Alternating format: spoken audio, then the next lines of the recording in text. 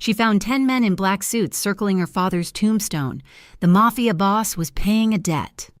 The cold October wind was a familiar, unwelcome slap to the face as I pushed through the rusted iron gates of Oak Crest Cemetery.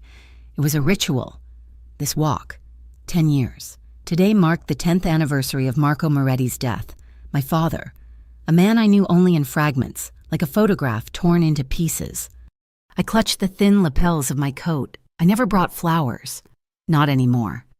The first few years, I'd brought lilies, feeling the societal pressure to perform grief. But the grief never came.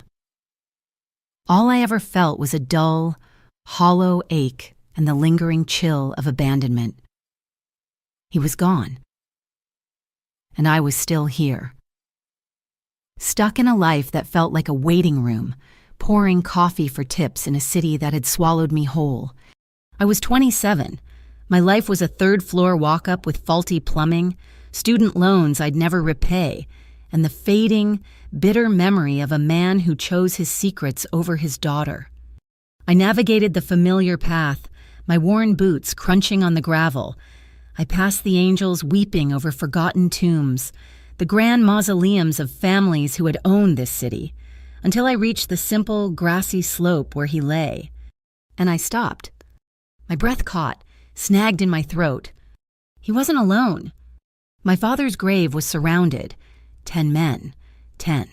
Perfectly still men, all dressed in immaculate black suits. They stood in a silent, precise circle, facing the simple granite headstone. They were like statues, like shadows given form, their hands clasped respectfully in front of them. This wasn't grief. This was something else. This was an occupation. My first instinct was confusion, a sharp annoyance. This was my day, my ritual, my empty space to fill with my own numbness. Who were they? Business associates? His drinking buddies from whatever life he'd hidden from me? I was a barista, but I was also a Chicago girl. I had a temper I usually kept bottled up with the steam from the espresso machine. Today, it bubbled over. I marched forward, my boots sinking into the soft earth. "Excuse me," I called out. My voice sounded thin, whipped away by the wind. None of them moved, not a head turned. It was as if I hadn't spoken. I got closer, emboldened by their silence, irritated by their presence. "Hey," I said, louder. "What do you think you're doing? This is a private—" One of the men, the largest, standing nearest the path, turned his head slowly. His eyes were hidden behind dark sunglasses, but I felt the weight of his gaze. He simply turned, looked at me, and then looked away, dismissing me. Anger, hot and sudden, flushed my cheeks. "You can't just stand here. This is my father's grave. Show some respect. Leave." The circle broke. It parted like a curtain, and a man stepped out from the center, from the space closest to the headstone. The other 9 men were shadows. He was the substance. He was tall, with a lean, wolfish build that his suit couldn't hide. It was tailored so perfectly it looked molded to him, a dark gray wool that was probably worth more than my apartment. His hair was black, thick, and brushed back from a strong brow. He wasn't classically handsome. His face was too harsh for that. All sharp angles and unforgiving lines. A faint, silver scar cut through his left eyebrow. But it was his eyes that stopped me. They were the color of cold steel, clear and analytical, and they held no warmth at all. He watched me with an unnerving stillness, an absolute predatory patience. He walked toward me, his expensive shoes making no sound on the grass. He stopped about 5 feet away, a respectful distance, and tilted his head. "You are Ava Moretti," he said. It wasn't a question. His voice was deep, smooth, with a gravelly edge, like whiskey poured over rocks. I crossed my arms. It was a pathetic defense. "Who are you? And what are you doing here?" He didn't smile. His expression remained utterly neutral, which was somehow more intimidating than a scowl. "My name is Luca Romano." The name meant nothing to me. It was just a name. "Okay, Luca Romano. That doesn't answer my question. "We are paying our respects," he said, his gaze flickering to the headstone and then back to me. "He doesn't have any friends," I said, the words sharp. "He didn't leave any. Whatever this is, it's 10 years too late, so you can leave." One corner of his mouth twitched, the barest hint of movement. "Your father and I were not friends." "Then what were you?" He took another step closer. I felt a sudden primal urge to step back, to run, but I held my ground. My heart was a hammer against my ribs. He wasn't just intimidating, he was dangerous. It radiated from him like a cold front. "Your father saved my life, Luca Romano said, his voice dropping, forcing me to lean in. "I came to repay a debt." The words hung in the air, thick and heavy. Saved his life? My father, the man who sold insurance, or fixed electronics, or whatever lie he'd been spinning that year. It made no sense. "A debt," I repeated, tasting the word. It was metallic, like old blood. "I don't know what you're talking about. My father's dead. Whatever debt you think you owe, it's buried with him." His steel gray eyes seemed to look right through me, peeling back the layers of my cheap coat and my practiced indifference. "Debts like these are never buried, Ava," he said softly. He held my gaze for another second, a long, searching look that made me feel exposed. Then he nodded once, a crisp, final gesture. He turned and walked back toward the grave. The men fell into formation around him. A silent, disciplined cohort. They didn't speak, they just moved. A few seconds later, the entire group was walking away, disappearing down the path, leaving me alone with the wind and a granite stone. I stood there for a long time, my legs shaking. My father saved his life. I came to repay a debt. I didn't go home right away. I drove my beat-up sedan through the city, the heater rattling, trying to push the cold from my bones and the man's voice from my head. Romano. What kind of man commands that sort of silent obedience? What kind of man comes to a cemetery with a small army in black suits?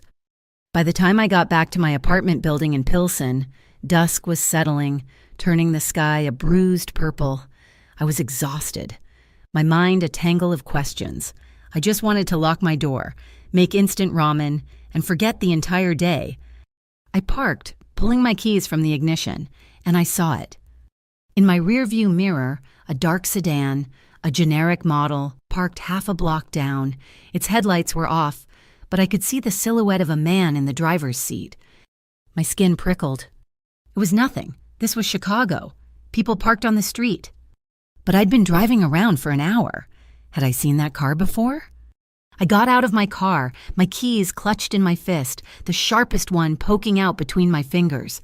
I started walking toward my building, my footsteps echoing in the quiet street. I heard a car door open. I didn't turn around. I walked faster. The sound of heavier footsteps followed, not running, just walking, confident, steady. I fumbled with the keys at the main entrance of my building. My hands were shaking so hard I couldn't get the key in the lock. Ava. The voice was not Luca Romano's. This was rougher, like gravel in a blender. I froze. I turned around. He was 20 feet away, a different man, shorter, stockier, wearing a stained hoodie and a beanie. He was just a guy, but his eyes were fixed on me. "What do you want?" I snapped, trying to sound brave. He stopped. He just looked at me. Then his eyes darted up the street, a flicker of panic? He held up his hands, almost in apology, and backed away. Just watch yourself," he mumbled. He turned and walked quickly back to the sedan, got in, and squealed away from the curb, running the stop sign at the end of the block. I finally got the door open and stumbled into the lobby, leaning back against the cold tile, my heart trying to escape my chest. What was happening? Upstairs, I double-bolted my door. I checked the flimsy lock on my window. I felt violated. The cemetery, my street, my building, nothing felt safe. My phone rang, buzzing violently on the kitchen counter. I looked at it. Block number. My hand hovered over the screen. This was how it started in movies. This was the moment the stupid girl does the stupid thing. I answered it. "Hello?" I whispered. Silence. Just the sound of breathing. Static on the line. "Hello?" I said again, louder. "Stay away from Romano," a voice rasped. It was distorted, electronic, or maybe just choked with malice. "He's poison. You keep near him, you'll end up in the ground, just like your father." The line clicked dead. I dropped the phone. It clattered to the linoleum. I didn't sleep. I sat on my couch, wrapped in a blanket, watching the sliver of light under my front door, jumping at every creak of the building, every distant siren. Romano. The name was a curse. My father saved his life. You'll end up in the ground. The next morning, I walked to work on pure, terrified adrenaline. The coffee shop, the daily grind, was my sanctuary. The smell of roasted beans, the hiss of the steamer, the familiar faces of the regulars. It was the only stability I had. I turned the corner, and my stomach dropped to the pavement. There was no glass left in the front window. It was a gaping black hole. The door was splintered, hanging off one hinge. And the paint, red paint, everywhere, sprayed across the brick, the sidewalk, the shattered glass. It wasn't a word. It was just paint. An explosion of rage. My boss, Mike, was standing on the curb talking to a police officer. Mike was a good man, with a wife and 2 kids and a mortgage he complained about. He looked gray. He saw me, and his expression was a miserable mix of pity and fear. "Ava," he said, his voice hoarse. He walked over to me, leaving the cop. "Mike, what happened? Who would do this?" He wouldn't meet my eyes. He was wringing his hands, pulling a cleaning rag between them. They didn't take anything. "Ava, just this. The register was full. They didn't touch it." "What?" "They just broke everything." He finally looked at me, and his eyes were terrified. "Someone threw a brick through the window last night. My neighbor heard it, and this morning, this..." The cop walked over. "Ma'am, does the name Romano mean anything to you?" I went cold, utterly, dreadfully cold. No, I lied. The lie was weak, thin. The cop sighed. He looked tired. "Someone left this." He held up an evidence bag. Inside was a small, white business card, blank, except for a single, embossed silver wolf's head. He didn't have to say anything else. Mike cleared his throat. "Ava, I'm so sorry." "Mike, what?" "You can't work here anymore." It came out in a rush. "I can't. I have a family. This is trouble. This is your trouble. I'll pay you for the month, but you can't come back. I'm sorry." He was already backing away, back toward the safety of the cop. I was fired. I stood there on the broken glass, smelling the metallic tang of the red paint. Yesterday I had a life, a crappy life, but it was mine. Today, I had nothing. I walked home. I had nowhere else to go. The city was gray. The people were gray. I was numb. I sat in my apartment until the sun went down. I didn't turn on the lights. I just sat in the dark, watching the shadows get longer. The phone call, the car, the vandalism, my father, Luca Romano. It was all his fault. A knock echoed at my door, a sharp, confident rat-tat-tat. It wasn't a neighbor. It wasn't a friend. I didn't have any... I held my breath. "Ava?" My blood turned to ice. It was his voice, Luca Romano, and he was outside my door. "Go away," I whispered, pressing my back against the wall. "I know you're in there. Ava, we need to talk." "We have nothing to talk about," I shouted, my voice cracking.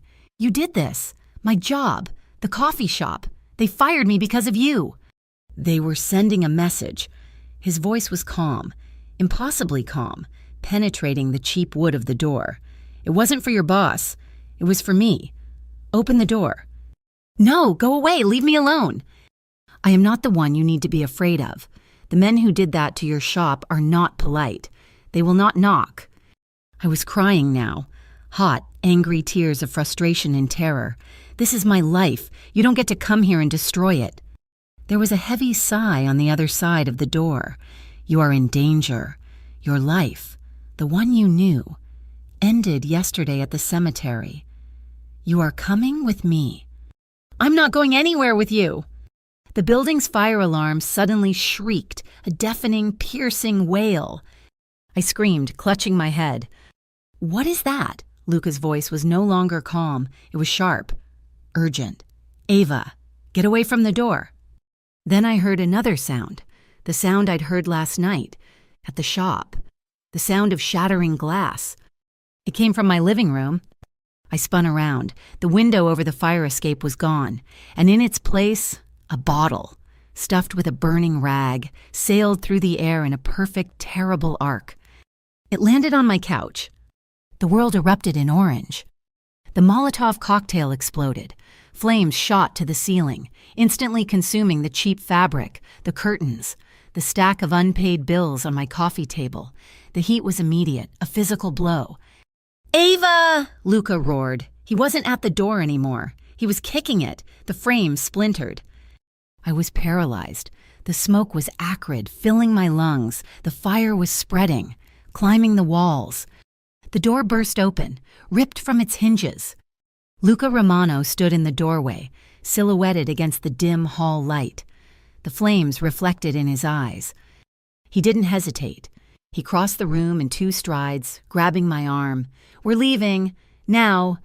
His grip was like iron. It wasn't a request. I didn't fight. I just ran. He pulled me through the doorway, shielding my head with his other arm as debris rained down. He slammed the door shut, a futile gesture, and dragged me down the hallway, toward the stairs. People were screaming, doors opening. Fire! Luca yelled. Get out! He didn't let go of me. Not for a second, Foirziit. His hand was wrapped around my upper arm, a possessive, painful grip that was the only thing keeping me upright. We tumbled down the 3 flights of stairs, hitting the lobby just as the first sirens wailed in the distance. He shoved me out the front door, into the cold night air. I doubled over, coughing, my lungs burning, my eyes streaming. A long, black Mercedes was parked at the curb, engine running. One of the men from the cemetery was in the driver's seat. Luca pushed me toward the back door. Get in. Where are we going? I gasped, wiping soot from my face. Somewhere safe. He was already scanning the street, his eyes moving, checking rooftops, alleys. He was a creature of this new, terrifying world. He practically threw me into the back seat, the leather impossibly soft, and slid in beside me. Go, he commanded. The car peeled away from the curb just as the first fire truck screamed around the corner. I looked back, watching my apartment, my life, go up in flames. I turned to him, my entire body shaking. My stuff, everything. They are just things, he said, his voice flat. He wasn't looking at me. He was watching the city pass by, his jaw tight. They were my things, I shrieked, hitting the seat. It was my life. You, who are you? He finally turned. His steel gray eyes met mine. In the flashing lights of the city, he looked less like a man and more like a judgment. I am the man your father saved. We drove for a long time. The city lights of Chicago faded, replaced by the endless, dark sprawl of the suburbs, and then nothing. Trees, long, winding roads.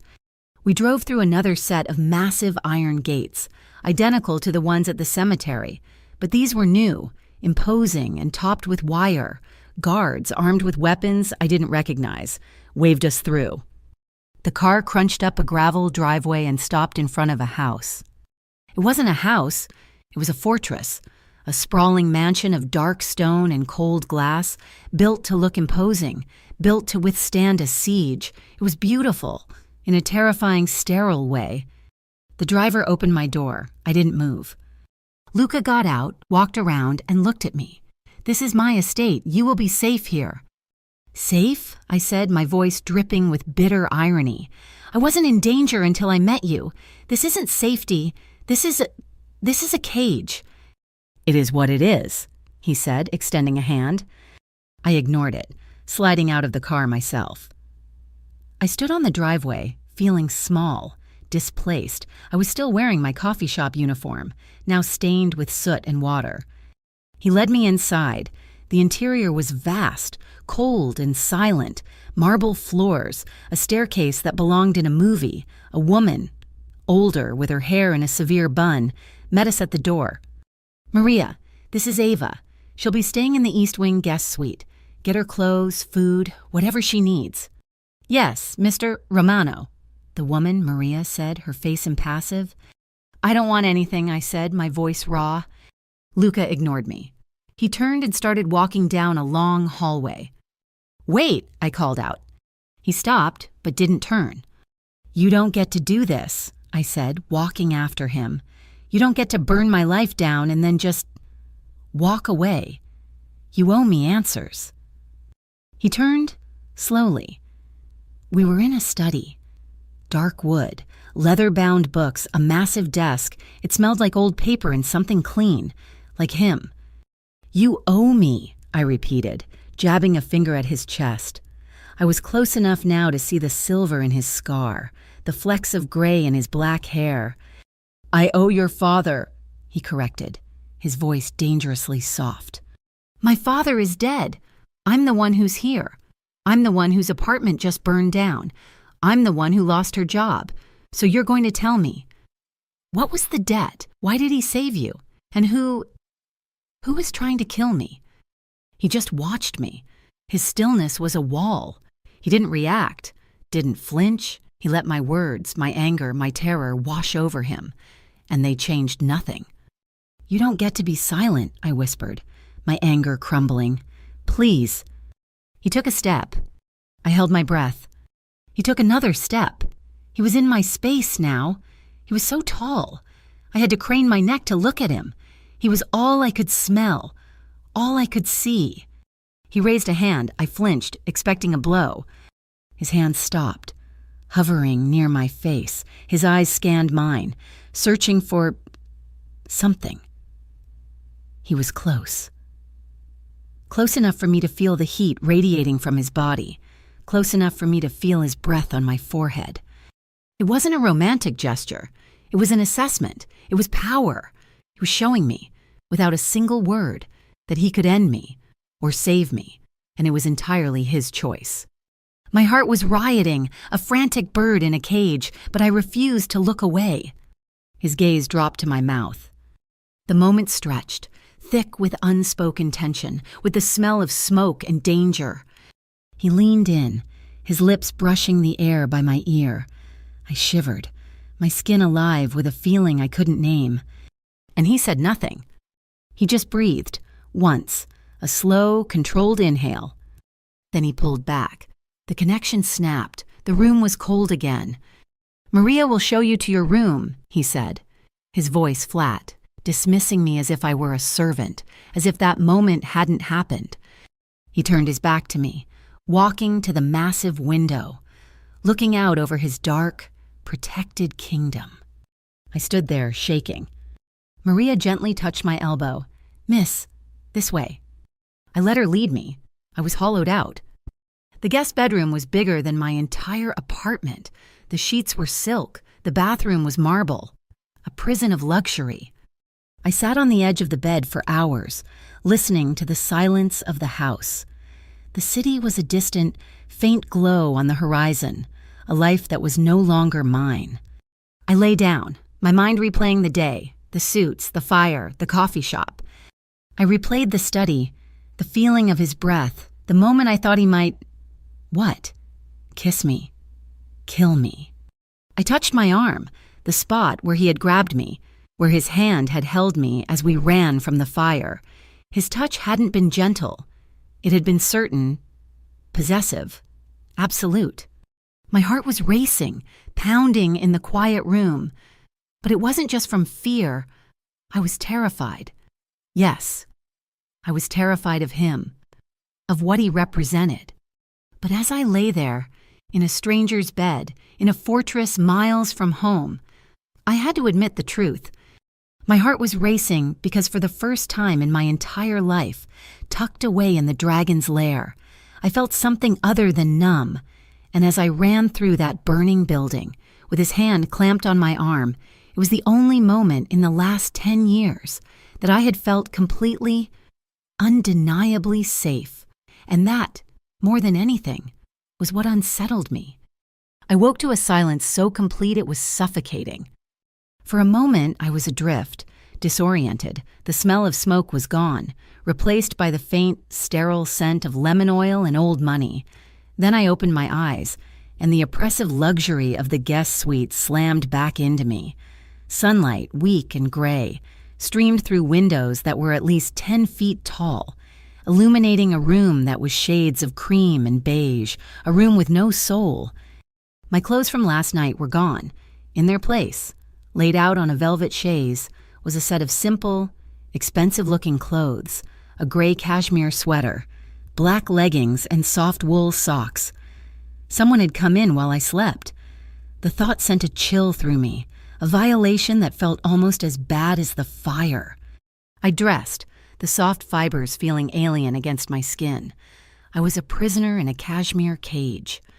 When I finally found the courage to open the door, the hallway was as silent as the room. Marble floors stretched out in either direction, cold and gleaming. I had no idea where I was going, but I couldn't stay in that room. I had to move. I wandered. The house was a museum of a life I couldn't comprehend. Soaring ceilings, heavy, dark furniture, and art that looked like it belonged behind velvet ropes. But there were no photographs, no clutter, no life. Just the heavy, oppressive tension, the same feeling I got from Luca Romano. I found the kitchen, a massive stainless steel cathedral, where Maria, the housekeeper, was polishing an already gleaming copper pot. She looked up when I entered, her face as impassive as it had been last night. "You are awake," she said. "Mr. Romano is not here. I can make you breakfast." "I'm not hungry," my voice was a croak. "Where is he?" "He had business." She turned back to her pot, a clear dismissal. "And the other one?" I pressed, remembering the man who had driven the car. Maria's hands paused. "Enzo is in the garden. He's Mr. Romano's second." I didn't know what a second was, but it sounded ominous. I left her in the gleaming kitchen and went in search of the garden, driven by a desperate need for fresh air. I found a set of French doors and stepped out onto a wide stone terrace. The grounds were immaculate, a rolling expanse of perfect green lawns and skeletal trees, all surrounded by a high, imposing stone wall. It was beautiful, and it was a prison. A man was standing at the far end of the terrace, looking out over the wall. He was younger than Luca, maybe in his early 30s, with a wiry, energetic build and curly brown hair. He wore a suit but had shed the jacket, and a holster was clearly visible on his hip. He turned as I approached, and his face broke into a surprisingly warm, disarming smile. "You must be Ava," he said, his voice friendly, casual, as if we were meeting at a backyard barbecue. "I'm Enzo. Don't mind Maria. Her heart is in the right place. It's just locked in a safe." I couldn't help the small, surprised laugh that escaped me. "She's efficient. She's terrified of dust. Me, I'm just here for the view." He gestured to the wall. "It's something, isn't it? Luca likes his privacy." "It's a fortress," I said, crossing my arms. Enzo's smile faded, his eyes becoming more serious. He looked at me, really looked at me, with a flicker of something like pity. "It's necessary. You'll be safe here, Ava. I promise you that." "That's what he said." I turned from him, the cold wind whipping my hair. "Safe from what? Safe from who? No one will tell me anything." The silence that followed was heavy. When I turned back, Luca was standing in the doorway, watching us. He had entered as silently as a ghost. He wore a black suit, a white shirt, no tie, and he looked exhausted. Dark circles bruised the skin under his eyes, and the scar on his eyebrow seemed more prominent. "Enzo," he said, his voice low. "Boss," Enzo replied, the warmth gone, replaced by crisp respect. He nodded to me, a quick, polite gesture, and walked past Luca into the house. Now it was just the two of us on the terrace. The air crackled. "You have questions," he said, walking toward me. I have a life that is a pile of ash, I snapped. I lost my job. I lost my home. And you're telling me I'll be safe? I wasn't in danger until I saw you at that cemetery. You have been in danger for 10 years, he said, his voice flat, devoid of emotion. You just didn't know it. Come inside. He didn't wait for me. He just turned and walked, expecting me to follow. My blood boiled, but I followed him. Where else could I go? He led me back to the dark, imposing study from last night. He didn't sit behind the desk, this time. He stood by the cold fireplace, turning to face me. He looked like a man preparing to pronounce a sentence. Sit down, Ava. I'll stand. He nodded, accepting it. Last night, you asked me what the debt was. You asked why your father saved me. And you breathed on me and walked away? His eyes flashed, a brief spark of anger, but he controlled it. 10 years ago, I was young, I was ambitious, but I was not careful. I trusted the wrong people. There was a move against me, an internal disagreement. A hit was ordered. The man sent to carry it out was your father. The air left my lungs. I gripped the back of a leather chair, my knuckles white. My father, a hitman? He was many things, Lucas said, his voice softening just a fraction. He was deep inside the organization, deeper than I knew. He was supposed to drive me to a location on the west side. The plan was to put 2 bullets in my head and leave me in the car, but he didn't. I stared at him, my mind unable to form the picture. My father, Marco Moretti, the man who couldn't even remember my birthday. We drove, Luca continued, his voice distant, lost in the memory.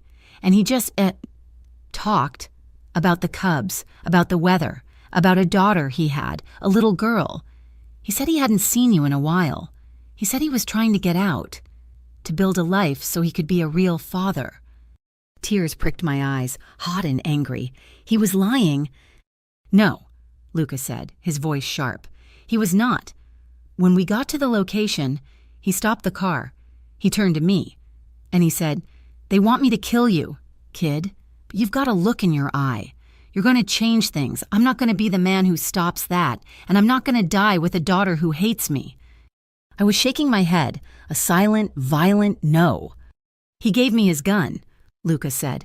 He told me who had ordered the hit. He told me to run, and I did. I ran, and I used the information he gave me to survive. I tore the organization apart and rebuilt it. I became who I am. Because of him. I finally found my voice, a ragged whisper. So what? He just retired. Luca's face darkened. The brief light of the memory was extinguished. They don't let you retire, Ava. Not when you know what he knew. Not when you betray an order. What happened to him? I demanded. Though I already knew. The cold, hollow feeling in my chest was the answer. He disappeared and I looked for him to protect him, but he was too good at hiding. A few weeks later, he was found, an accident at his apartment, a gas leak, an explosion. Just like my apartment, just like the fire.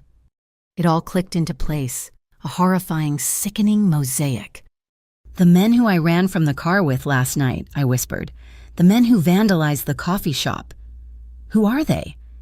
"The Venetti Syndicate," Luca said, the name sounding like a curse.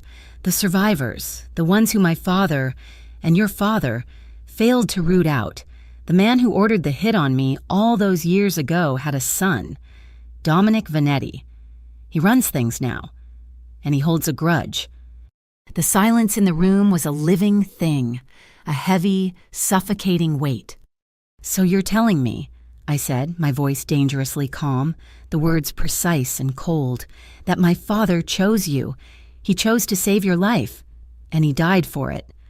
Luca met my gaze. His gray eyes were unblinking, filled with a guilt so old it was part of him. Yes. The rage was a physical thing. It rose up from my stomach, scorching my throat. I uncurled my fingers from the chair and launched myself at him. I didn't have a plan. I just needed to hit something. I slammed my open palms against his chest. It was like hitting a wall of stone. "So my dad died for you," I screamed, hitting him again.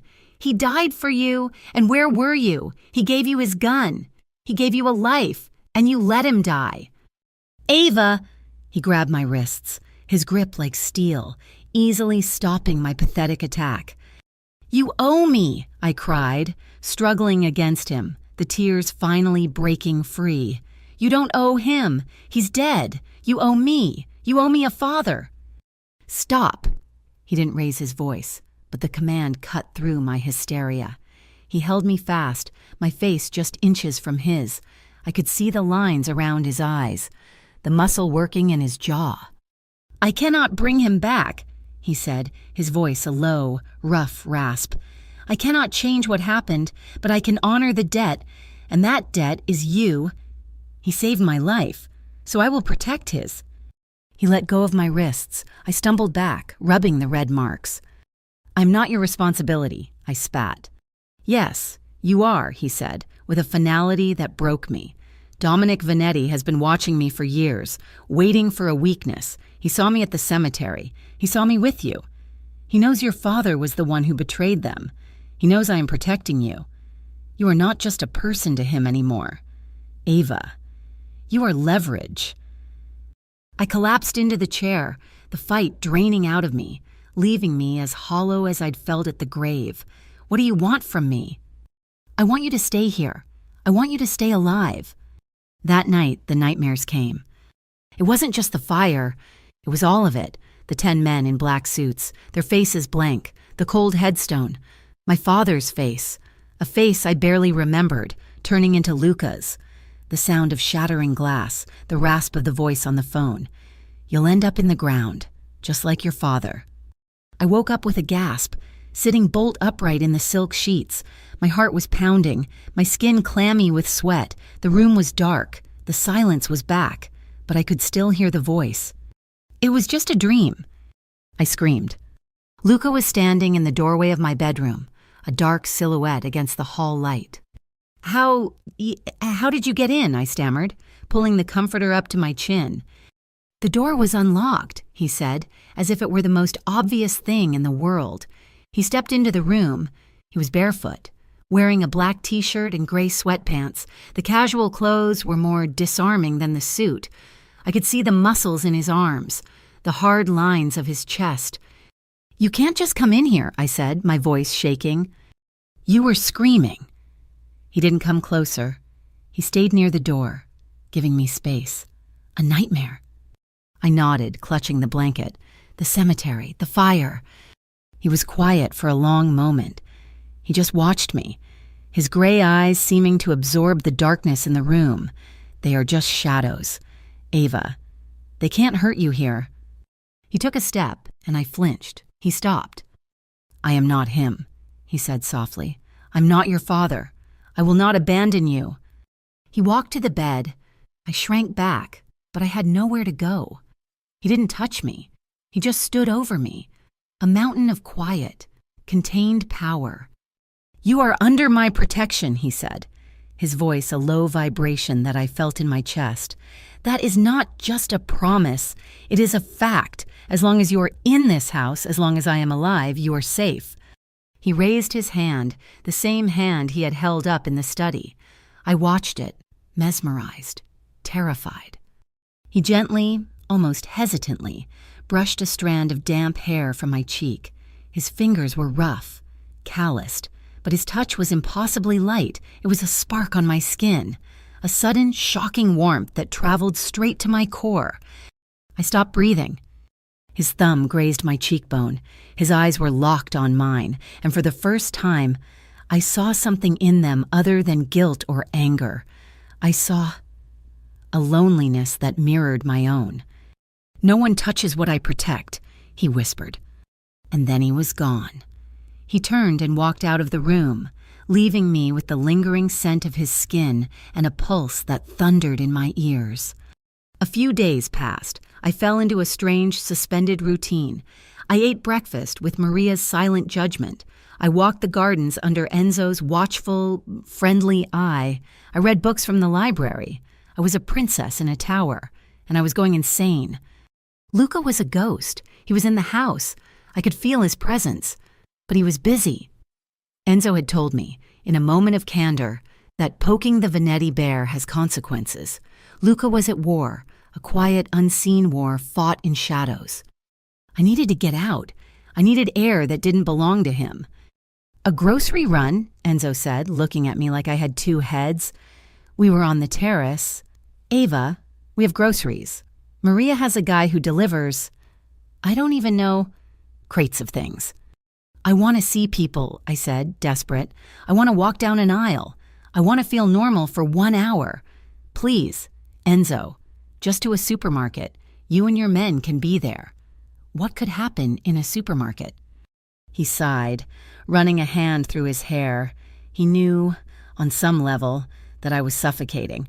1 hour, and you do exactly what I say. When I say it, you don't breathe wrong. Got it? An hour later, I was in the back of another black sedan, this one following a lead car, with Enzo beside me. We drove to a generic, sprawling supermarket in a neighboring suburb. It was heaven. The fluorescent lights, the squeak of the cart, the bad pop music over the speakers. I felt a hysterical laugh bubbling in my chest. I was a tourist in my old life. Enzo and 2 other men, dressed in plain clothes but with the same rigid posture as all of Luca's men, fanned out. They were trying to look casual, but they looked like wolves in a sheep pasture. I was in the cereal aisle, agonizing over a choice like it was the most important decision of my life, when Enzo's voice came sharp in my ear. We're leaving. What? I haven't even gotten anything. Now, Ava. His hand was on my elbow, his friendly demeanor gone. He was a soldier again. He pulled me toward the front of the store. What's happening? I whispered, panic rising. 2 men, aisle 4. They're not shopping. We were almost at the registers when the front glass doors exploded. The sound was a deafening crack, a thunderclap inside the store. People screamed. I screamed. Enzo didn't hesitate. He shoved me to the ground, hard, covering my body with his own. Stay down, don't move. I heard shouting, another crack, crack, crack. It wasn't thunder, it was gunfire. I was pressed against the cold linoleum, smelling disinfectant and gunpowder. I couldn't breathe. This was it. This was how it ended, in a supermarket, over cereal. Another shot, and the thud of a bullet hitting something close. The metal side of a checkout counter. One of Luca's men was yelling, "Get her to the car! Go, go!" Enzo grabbed me, hauling me to my feet. Run! We ran. We ran past overturned carts, past screaming, crying shoppers.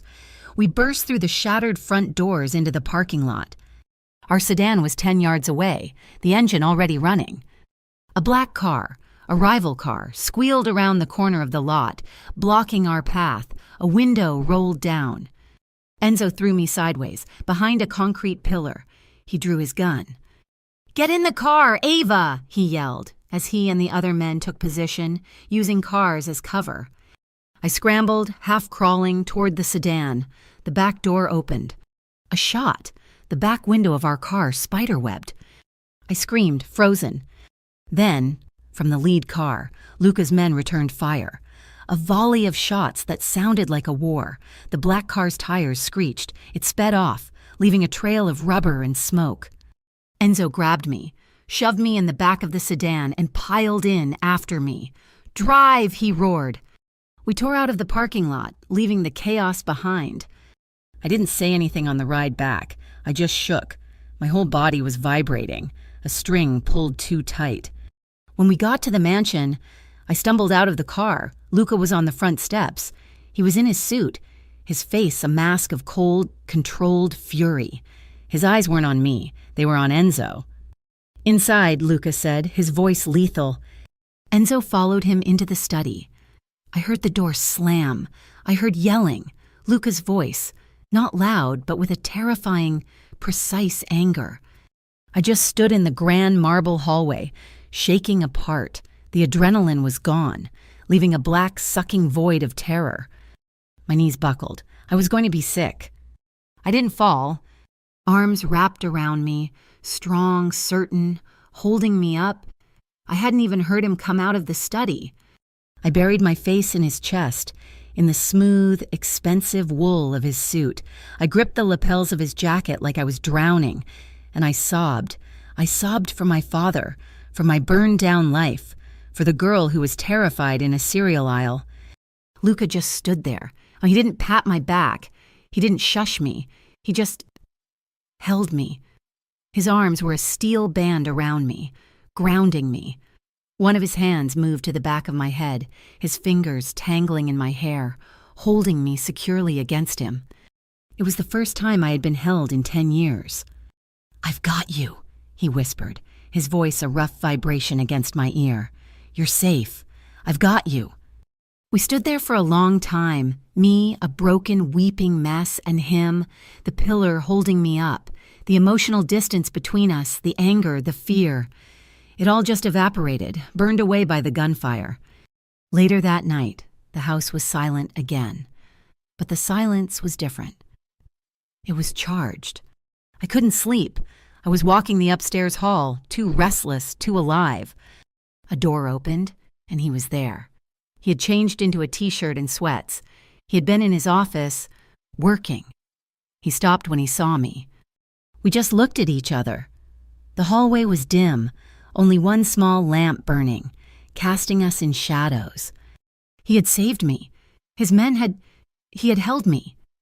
Are you okay?" I whispered. "I'm fine," he said. His eyes were dark, intense. "Enzo is fine.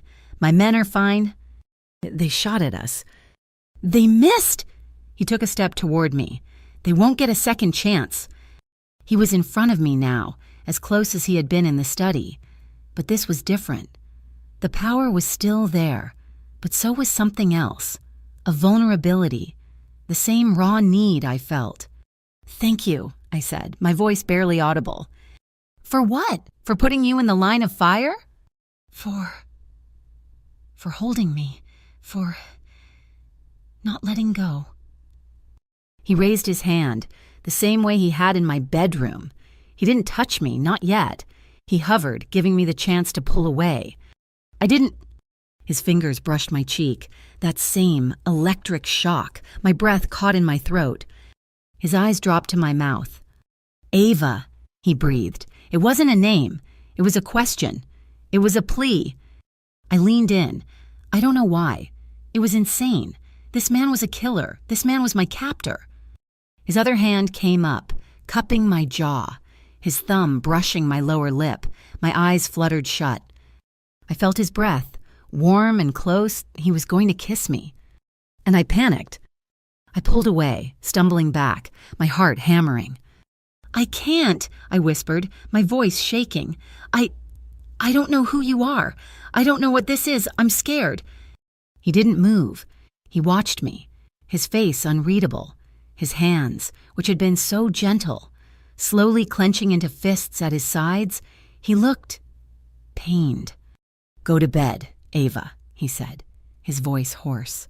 He turned and walked away before I could say another word. I went back to my room, overwhelmed, confused, and trembling with a new, terrifying emotion. The next morning, Luca was gone. Maria said he had left more business. But he had left something for me. Enzo, his face bruised but his smile back in place, brought it to me. It was a simple, locked wooden box. "He said your father wanted you to have this," Enzo said. "He's kept it for you, for 10 years. I took it back to my room.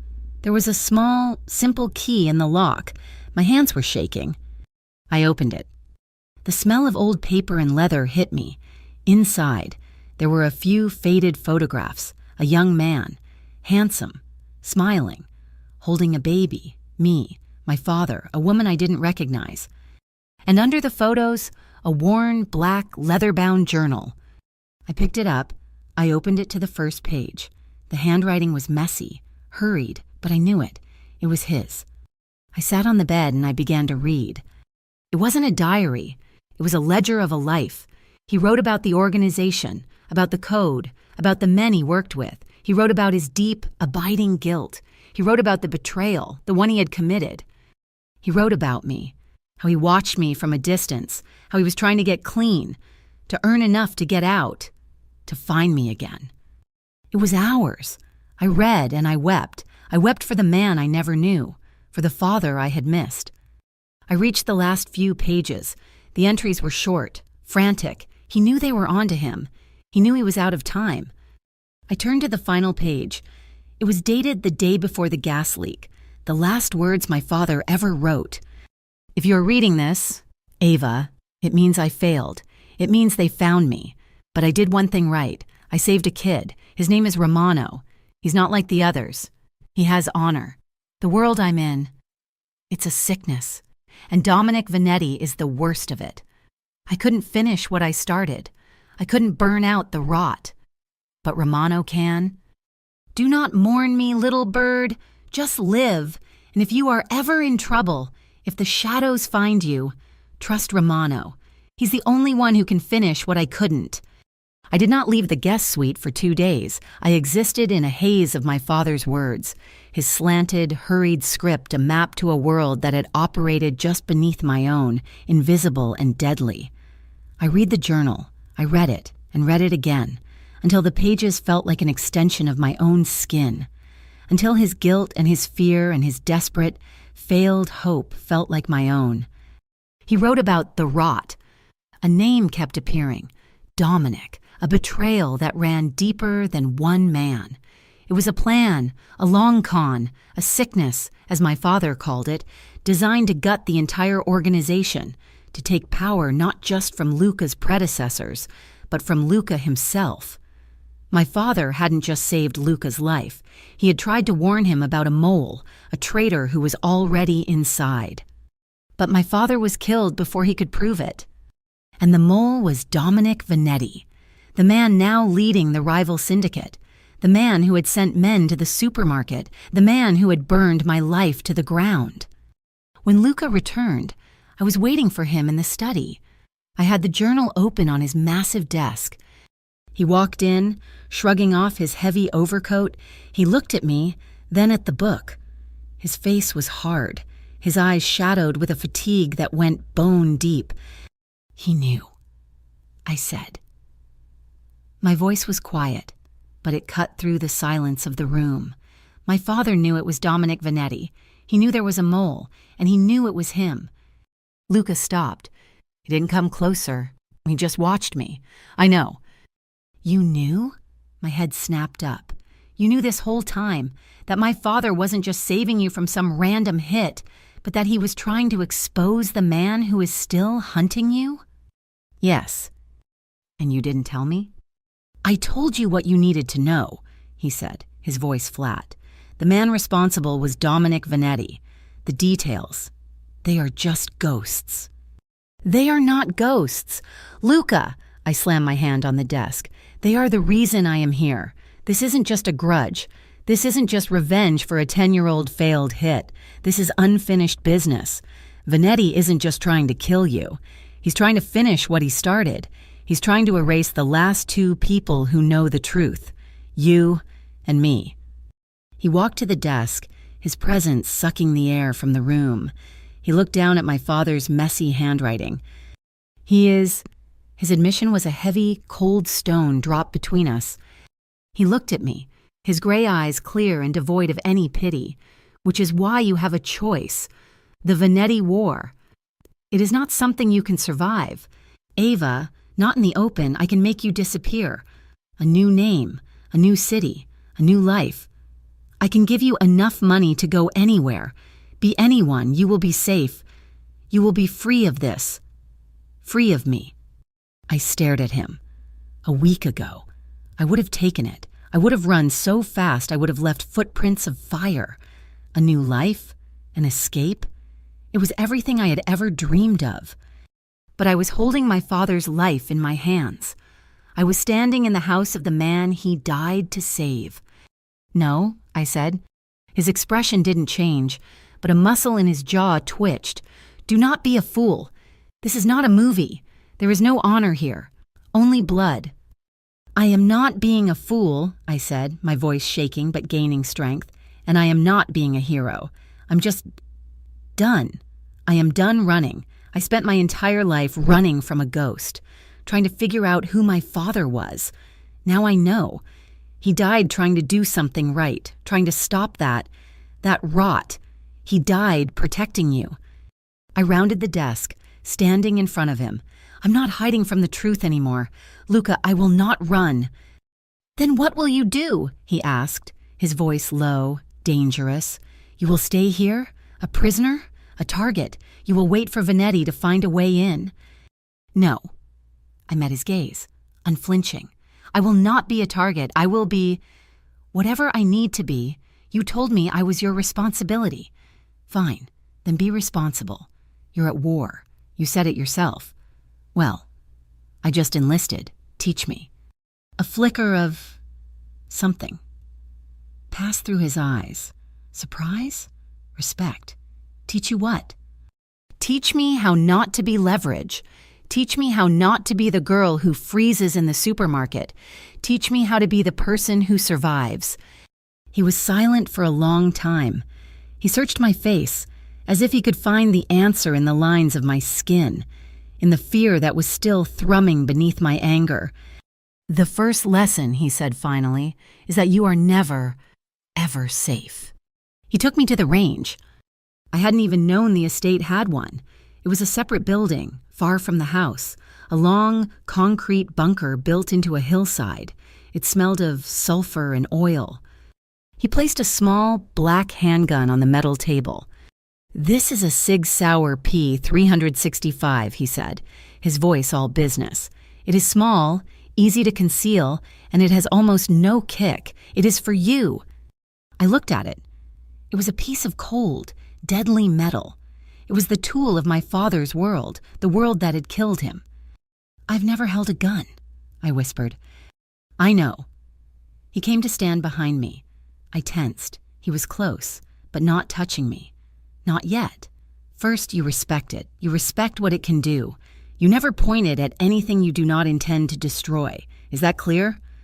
Yes. Pick it up. My hand was shaking. I reached out and wrapped my fingers around the grip. It was heavier than I expected. Wrong. His voice was sharp. He placed his hands over mine. My breath hitched. His hands were huge, calloused, and surprisingly warm. They enveloped mine. His fingers correcting my grip, turning my hand, placing my trigger finger along the slide, not on the trigger. Your finger never touches the trigger until you are ready to fire, he murmured, his breath stirring the hair at my temple.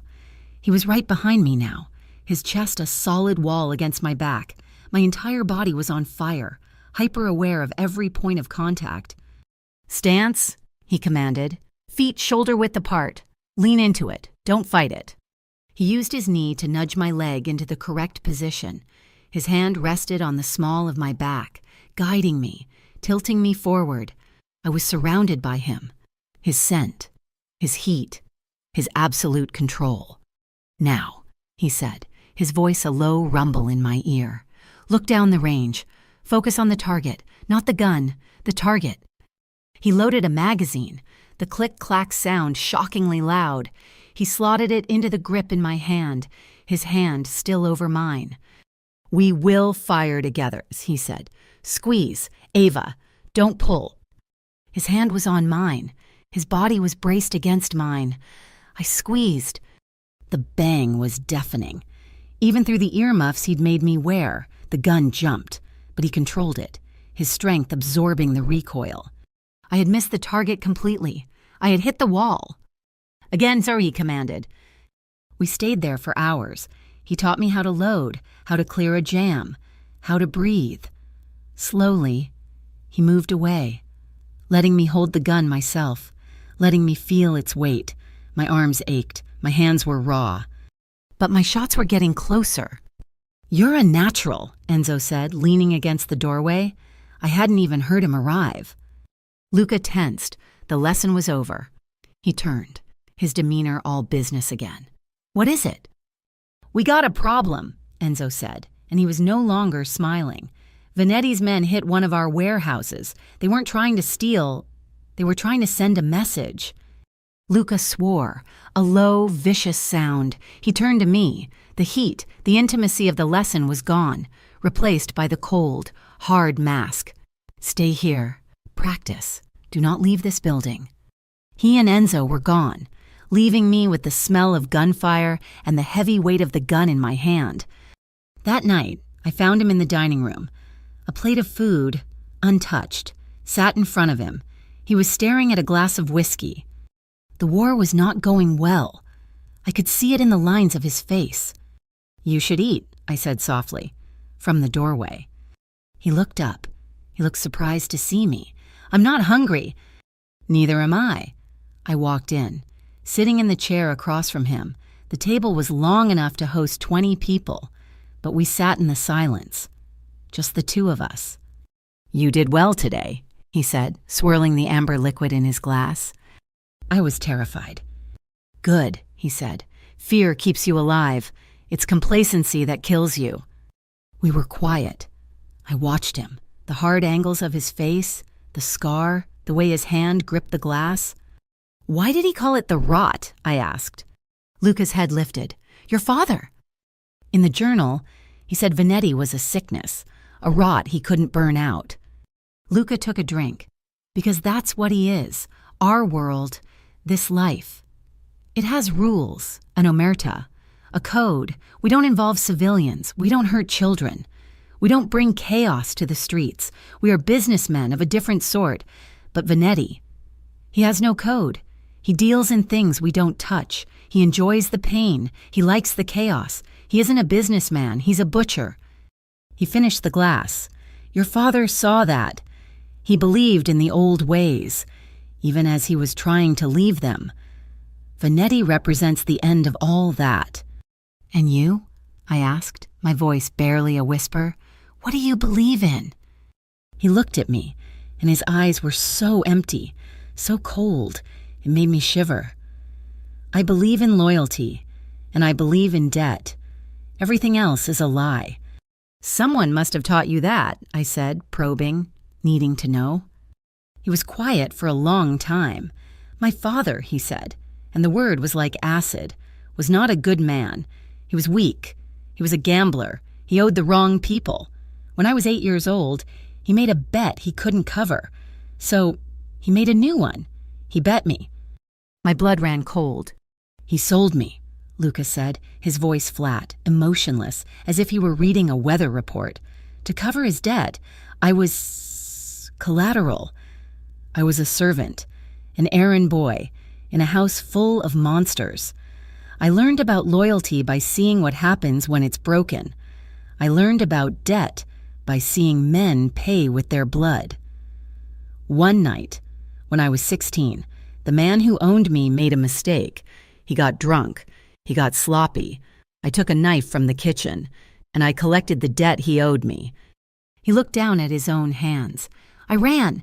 I was on the street for a year before the old Don. The man I eventually worked for found me. He saw potential. Your father was his right hand. He looked back at me. Your father was the first person in my entire life who showed me kindness. He taught me to read. He taught me how to fight. He taught me the code. He was more of a father to me than my own. His voice was raw, stripped bare. He had given me a piece of his soul, a piece I wasn't sure he had ever shown anyone. So when I say I owe him, he whispered, I'm not talking about one night in a car. Ava, I'm talking about my entire life.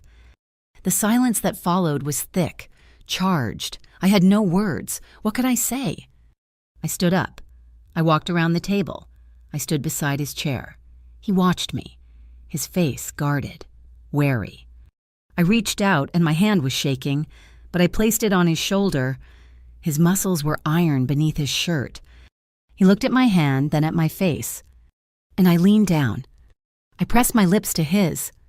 It wasn't a calculated move. It was an impulse, a need to offer comfort, a need to connect. But the moment my lips touched his, it changed. He didn't move. He didn't kiss me back. He just let me. His lips were firm, warm, tasting of whiskey and something impossibly sad. I pulled back, embarrassed. I'm sorry, I shouldn't have. His hand came up, fast as a snake, and tangled in my hair. He gripped the back of my head, not painfully, but with an absolute possessive strength, holding me in place. "Don't ever," he whispered, his voice rough, "apologize for that." And he pulled me down. His mouth claimed mine. This was not the gentle, hesitant kiss I had given. This was a kiss of starvation. It was slow, and it was hungry, and it was desperate. His other hand came up to cup my jaw, his thumb tracing the line of my cheekbone as his tongue explored my mouth. Tentatively at first, and then with a demanding, searching pressure. It was a kiss that spoke of years of loneliness, of a vow of solitude. I wasn't just kissing Luca Romano.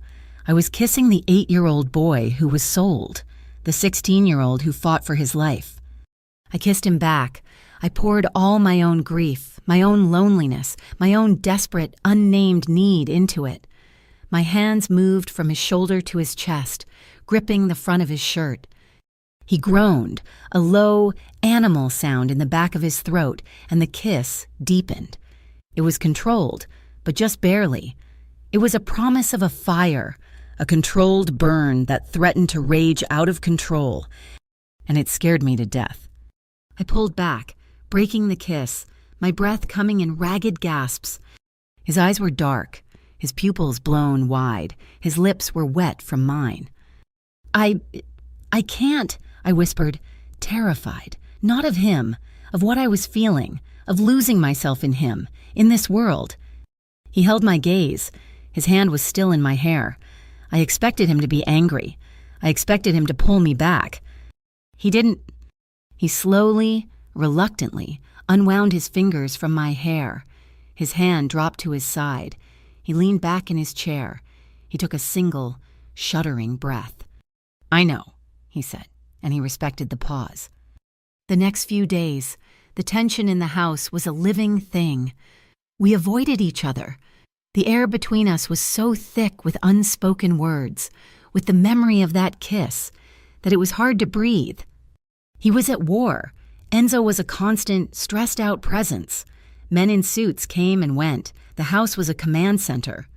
One afternoon, I was in the library, trying to read, but my father's journal was the only thing I could focus on. I heard voices in the foyer, a woman's voice. It was light, musical, and flirty. I walked to the door, peering out.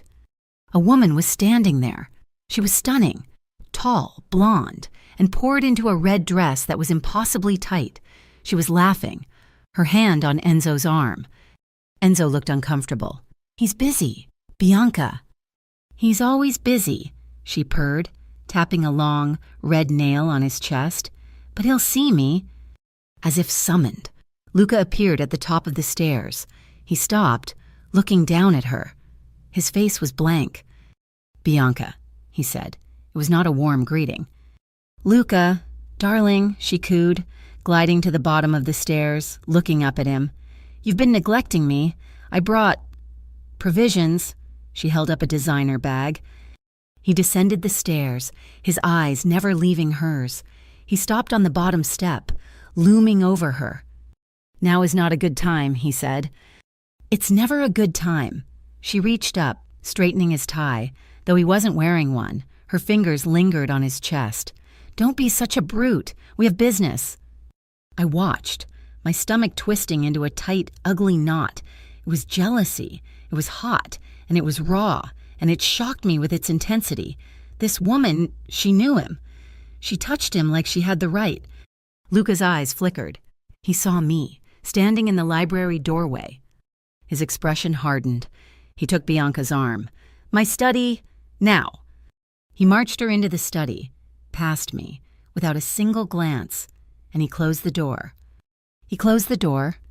I stood there for an hour, my blood boiling. I couldn't read. I couldn't think. All I could picture was her red nails on his skin. Finally, the study door opened. Bianca emerged, smiling, her lipstick slightly smudged. She looked satisfied. Luca stood in the doorway, his face a mask. He watched her go, and then his eyes found mine. I turned and walked away. He followed me. I knew he would. I walked faster, heading for the stairs. Ava. I ignored him. Ava! His voice was sharper. He grabbed my arm, spinning me around. What? I snapped, ripping my arm from his grasp. Is your business concluded? His eyes narrowed. Bianca is an associate. She brings me information. Is that what she's called? I was trembling, my voice dripping with a sarcasm I didn't know I possessed. It looked like she was bringing more than that. You could have at least had the decency not to do it in the house I'm trapped in. A slow, dangerous smile spread across his face. Are you jealous, Ava? No, I lied, my cheeks burning. I am, disgusted. You're at war. My life is on the line, and you're in there with her. She is a means to an end, he said, taking a step toward me. It looked like you were enjoying the means, I spat. He was in my space now, backing me against the wall of the hallway. You have no idea what you're talking about. I know what I saw. She touched you. You let her, and then you looked at me. You looked at me like I was the one who was interrupting. She means nothing, he whispered, his hands planting on the wall on either side of my head, caging me. Then why was she in there for an hour? Why did she come out smiling? Because I gave her what she wanted, he said, his face inches from mine. Information, money, not, he said, his voice dropping, his eyes burning into mine. What you think... I don't care what you gave her, I said, my breath coming short. His proximity was intoxicating, maddening. You're a terrible liar, he murmured. His eyes dropped to my mouth. You are shaking. You are angry. You are magnificent. Don't, I breathed as he leaned in. You are jealous, he whispered against my lips, and you have no right to be. But I am glad you are. His mouth crashed down on mine. There was nothing slow or controlled about this. This was a storm. This was all the tension, the jealousy, the unspoken anger, the fear, exploding. It was raw, punishing, and possessive. His hands fisted in my shirt, pulling me flush against him. I could feel the hard lines of his body, the thundering of his heart against my own. My hands went to his chest to push him away, but instead, they gripped his shirt. I kissed him back, with all the fire and fury he had ignited in me. It was a fight. It was a surrender. His hands moved, one sliding down my back, pressing me impossibly closer, the other tangling in my hair, tilting my head. His tongue plundered my mouth, and I met him, thrust for thrust. He groaned, a sound of pure, undiluted frustration, and he lifted me. My feet left the floor. He pinned me against the wall, my legs wrapping around his waist as if it were the most natural thing in the world. I was surrounded by him, his taste, his scent, his strength. He tore his mouth from mine, pressing his forehead against mine, his breath ragged, his entire body shaking. Not like this, he rasped, his eyes squeezed shut.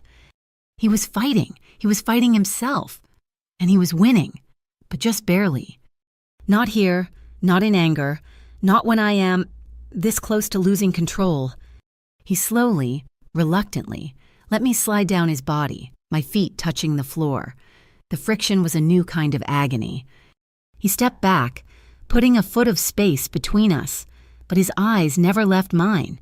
They were black with desire, and something else, pain. Before either of us could say anything, his phone buzzed, a specific, encrypted tone. He pulled it from his pocket. He looked at the screen.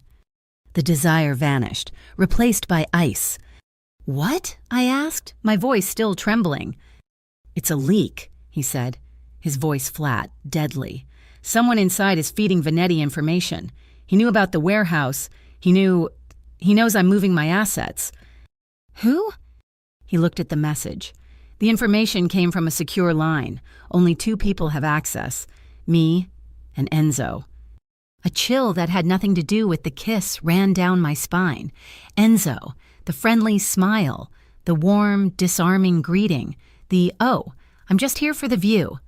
The man who had taken me to the supermarket, the man who had gotten me shot at. "It's him," I whispered. Luca's head snapped up. "What?" It's Enzo, I said, more certain. He's the mole. He's too friendly. He's playing you. He's the rot. Luca. Luca's face went blank. It was the most terrifying expression I had ever seen. No, he said. The word was final. Luca, think about it. He took me to the store. He let it happen to scare me, to gain my trust. You are wrong, he said, his voice dangerously quiet. Enzo is my blood. He has been with me since I was 16. He's my brother. And my father was your brother, I countered, my voice rising. And he betrayed his. This world is built on betrayal. You do not, he said, jabbing a finger toward me. Speak about what you do not understand. You are not one of us. You are a civilian. You are scared. You are pointing fingers. But you are wrong. It is not Enzo. Then who is it? I demanded. I will handle it. He turned and walked away, leaving me shaking in the hallway. He was wrong. He was blind. He trusted the wrong person. And it was going to get us all killed. I ran to my room, my heart pounding with fear and a new cold fury. The attack came 3 hours later. I should have known. The house was too quiet. Luca was locked in his study, handling it. The first sound was an explosion. It rocked the house, throwing me from my bed, the sound of my windows shattering. Alarms blared, shouting. Gunfire. Not from a handgun. This was automatic, sustained. My door burst open. It was one of Luca's men, one I didn't recognize. They're in! We have to go! We have to get you to the safe room! He grabbed my arm, pulling me into the hallway. It was chaos. Smoke filled the air. Men were shouting in Italian. Another volley of gunfire erupted from the main staircase. My guard shoved me behind him, returning fire. He grunted, slumping against the wall. Blood! So much blood! Go! He gasped, pushing me. Run! Get to the study! Get to the boss! I ran. I ran barefoot over shattered glass, the sound of my own heart drowning out the alarms. I didn't know where I was going. I just ran, using the training, staying low, moving from shadow to shadow. I rounded a corner, my breath tearing from my lungs. A hand? It clamped over my mouth from behind, another arm locking around my waist, lifting me off my feet. I screamed, but the sound was muffled. I bit down, hard, tasting salt. Stop fighting, a voice hissed in my ear. I was dragged into a dark alcove, slammed against the wall. The hand left my mouth, and I gasped for air, turning to fight my attacker. It was Enzo. His face was grim, his friendly smile gone, his gun in his hand. They're everywhere, he said, his voice low, urgent. They used the leak. They knew the codes. They knew the blind spots. He grabbed my arm. We have to move. Now. He pulled me from the alcove, and I was frozen. He was the leak. He was the one who had done this. He was handing me over. Ava, come on, he yelled, as a fresh spray of bullets hit the wall where we had been. He was grabbing me. He was pulling me, and I didn't know if he was saving my life or ending it. He's the mole, I screamed, trying to twist out of his grip, my voice raw with terror and certainty. He's the one who let them in. Enzo's face was a mask of anguish. He didn't let me go. He just slammed me harder against the wall, his hand over my mouth again, his eyes wide and frantic, pleading. Listen to me, he hissed, the sound barely audible over a fresh burst of automatic fire down the hall. Just listen, yes, I did. I gave them the codes. My blood ran cold. I stopped fighting. They have my sister, he choked out, his voice breaking. They have Maria, my little sister. They sent me a video. Vanetti's got her. He said he'd send her back to me. In pieces. Unless I got him inside. Unless I gave him you. His confession hung in the smoke-filled air, a new, more terrible kind of explosion. He wasn't a traitor. He was a victim. Enzo, I breathed, my anger evaporating, replaced by a cold, sickening dread. I didn't know what to do, he whispered, tears streaming through the grime on his face. I was supposed to grab you and take you to the West Gate, but I can't. I can't give you to him. He'll kill you both. He'll kill her anyway. The sound of heavy, measured shots echoed from the floor below. Thump, thump, thump. Not the panicked spray of the attackers. This was controlled. This was Luca. "Where is he?" Enzo demanded, grabbing my arm. "Where is Luca?" "The study. My guard said to get to the study." "No, that's where they want us to go. It's a kill box." He pulled me, hard. "We go to the safe room, the real one. Come on." He dragged me through a maze of hallways I didn't know existed, through a servant's passage, down a narrow flight of stairs. The gunfire was above us now. We were in the wine cellar. Enzo shoved a huge cask of wine to the side, revealing a steel door. He punched a code. The door opened, and Luca was standing on the other side. He was not in the study. He was here. He was waiting. He was dressed in black, a tactical vest strapped over his t-shirt, the same P365 I had been practicing with in his hand, another, larger gun in a thigh holster. His face was a thundercloud of pure, cold rage. He didn't look at me. His eyes were locked on Enzo. Enzo shoved me behind him, raising his own gun, not at Luca. At the doorway we had just come through. "They're right behind us," Enzo said, his voice ragged. "I gave them the codes. They have Maria. They're Luca. They have my sister." "I know," Luca said, his voice a low, lethal growl. My gaze snapped to Luca. You knew he was being blackmailed?" "I knew there was a leak," Luca said, his eyes still on Enzo, but his words for me. "I told you it wasn't him. I was wrong. It was him. Just not in the way you thought." Luca stepped aside. Inside, Ava. I scrambled into the safe room. It was a concrete bunker, stocked with water, medical supplies, and an arsenal of weapons. "How did you know?" Enzo asked, his voice hollow, as he backed into the room. "The message you got," Luca said, his back to us as he sealed the heavy steel door. The thud of it locking echoed, followed by the sound of muffled gunfire and shouting from the cellar. "The one that proved it was you? That was me. I sent it. I had to see how you would react. I had to see if you were a traitor or a brother." Enzo stared at him, his gun sagging in his hand. "You tested me." "I tested my blood," Luca corrected, his voice hard. "You failed. You should have come to me. You thought I would let your sister die? You thought I was Vanetti?" I didn't know what to do," Enzo cried, his tough facade crumbling. "I panicked." "And now they are in my house," Luca roared. Turning on him, he grabbed the front of Enzo's shirt, slamming him against the wall. "They are in my house. My men are dead, and Ava is a target because you panicked." "I'm sorry, boss, I'm sorry." "Sorry doesn't bring back the dead." Luca's hand, the one holding the gun, came up. He pressed the muzzle against Enzo's forehead. Enzo shut his eyes, tears leaking, but he didn't beg. He just waited. My heart stopped. "Luca, no!" I grabbed his arm.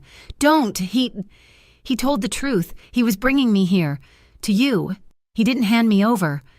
Luca didn't look at me. His eyes were burning into Enzo's. The room was silent except for our breathing and the distant, muffled sounds of war. "He's still a traitor," I whispered, my father's journal flashing in my mind. The sickness, the rot. I pulled my own gun from the waistband of my pants. I hadn't even realized I'd grabbed it. I raised it, my hand shaking, pointing it at Enzo's chest. "He let them in," I said, my voice cold. "He betrayed you. He almost got us killed. My father, he died because of a mole. You can't let this happen." I was ready to pull the trigger. I was ready to be the person who survives. "Ava, put the gun down." Luca's voice was ice. It wasn't a request. "He's a threat," I argued, my hand shaking violently. "Put the gun down." His eyes, cold and hard, were on me now. They held a command that was absolute. Slowly, my hand wavered. I lowered the gun. Luca held Enzo's gaze for a second longer, then roughly shoved him away. Enzo slumped to the floor, gasping, a broken man. "You're right," Luca said to me, his voice quiet. "He is a traitor, but he is my traitor, and he is the only one who knows where his sister is." He turned to Enzo. "You will stay here. You will not move. You will not speak. When this is over, you and I are going to get your sister. And then," he said, his voice dropping, "you and I will be finished." He turned, checking his weapons, his focus shifting. He was a general. The betrayal had happened. Now, it was time to win the war. We stayed in that room for 3 hours.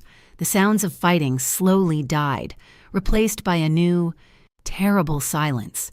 Finally, Luca's phone buzzed. He looked at it. "It's over," he said. He opened the steel door. The house was gone. It was still standing, but it was a corpse. The air was thick with smoke and the smell of cordite. The marble floors were cracked, the walls pockmarked with bullet holes. There were bodies. Luca's men, Vanetti's men. I felt a scream rise, but I choked it down. Luca was a silent, grim shadow, walking through the carnage. He found one of his men, a man I recognized from the range, still alive. "Get Enzo," Luca commanded.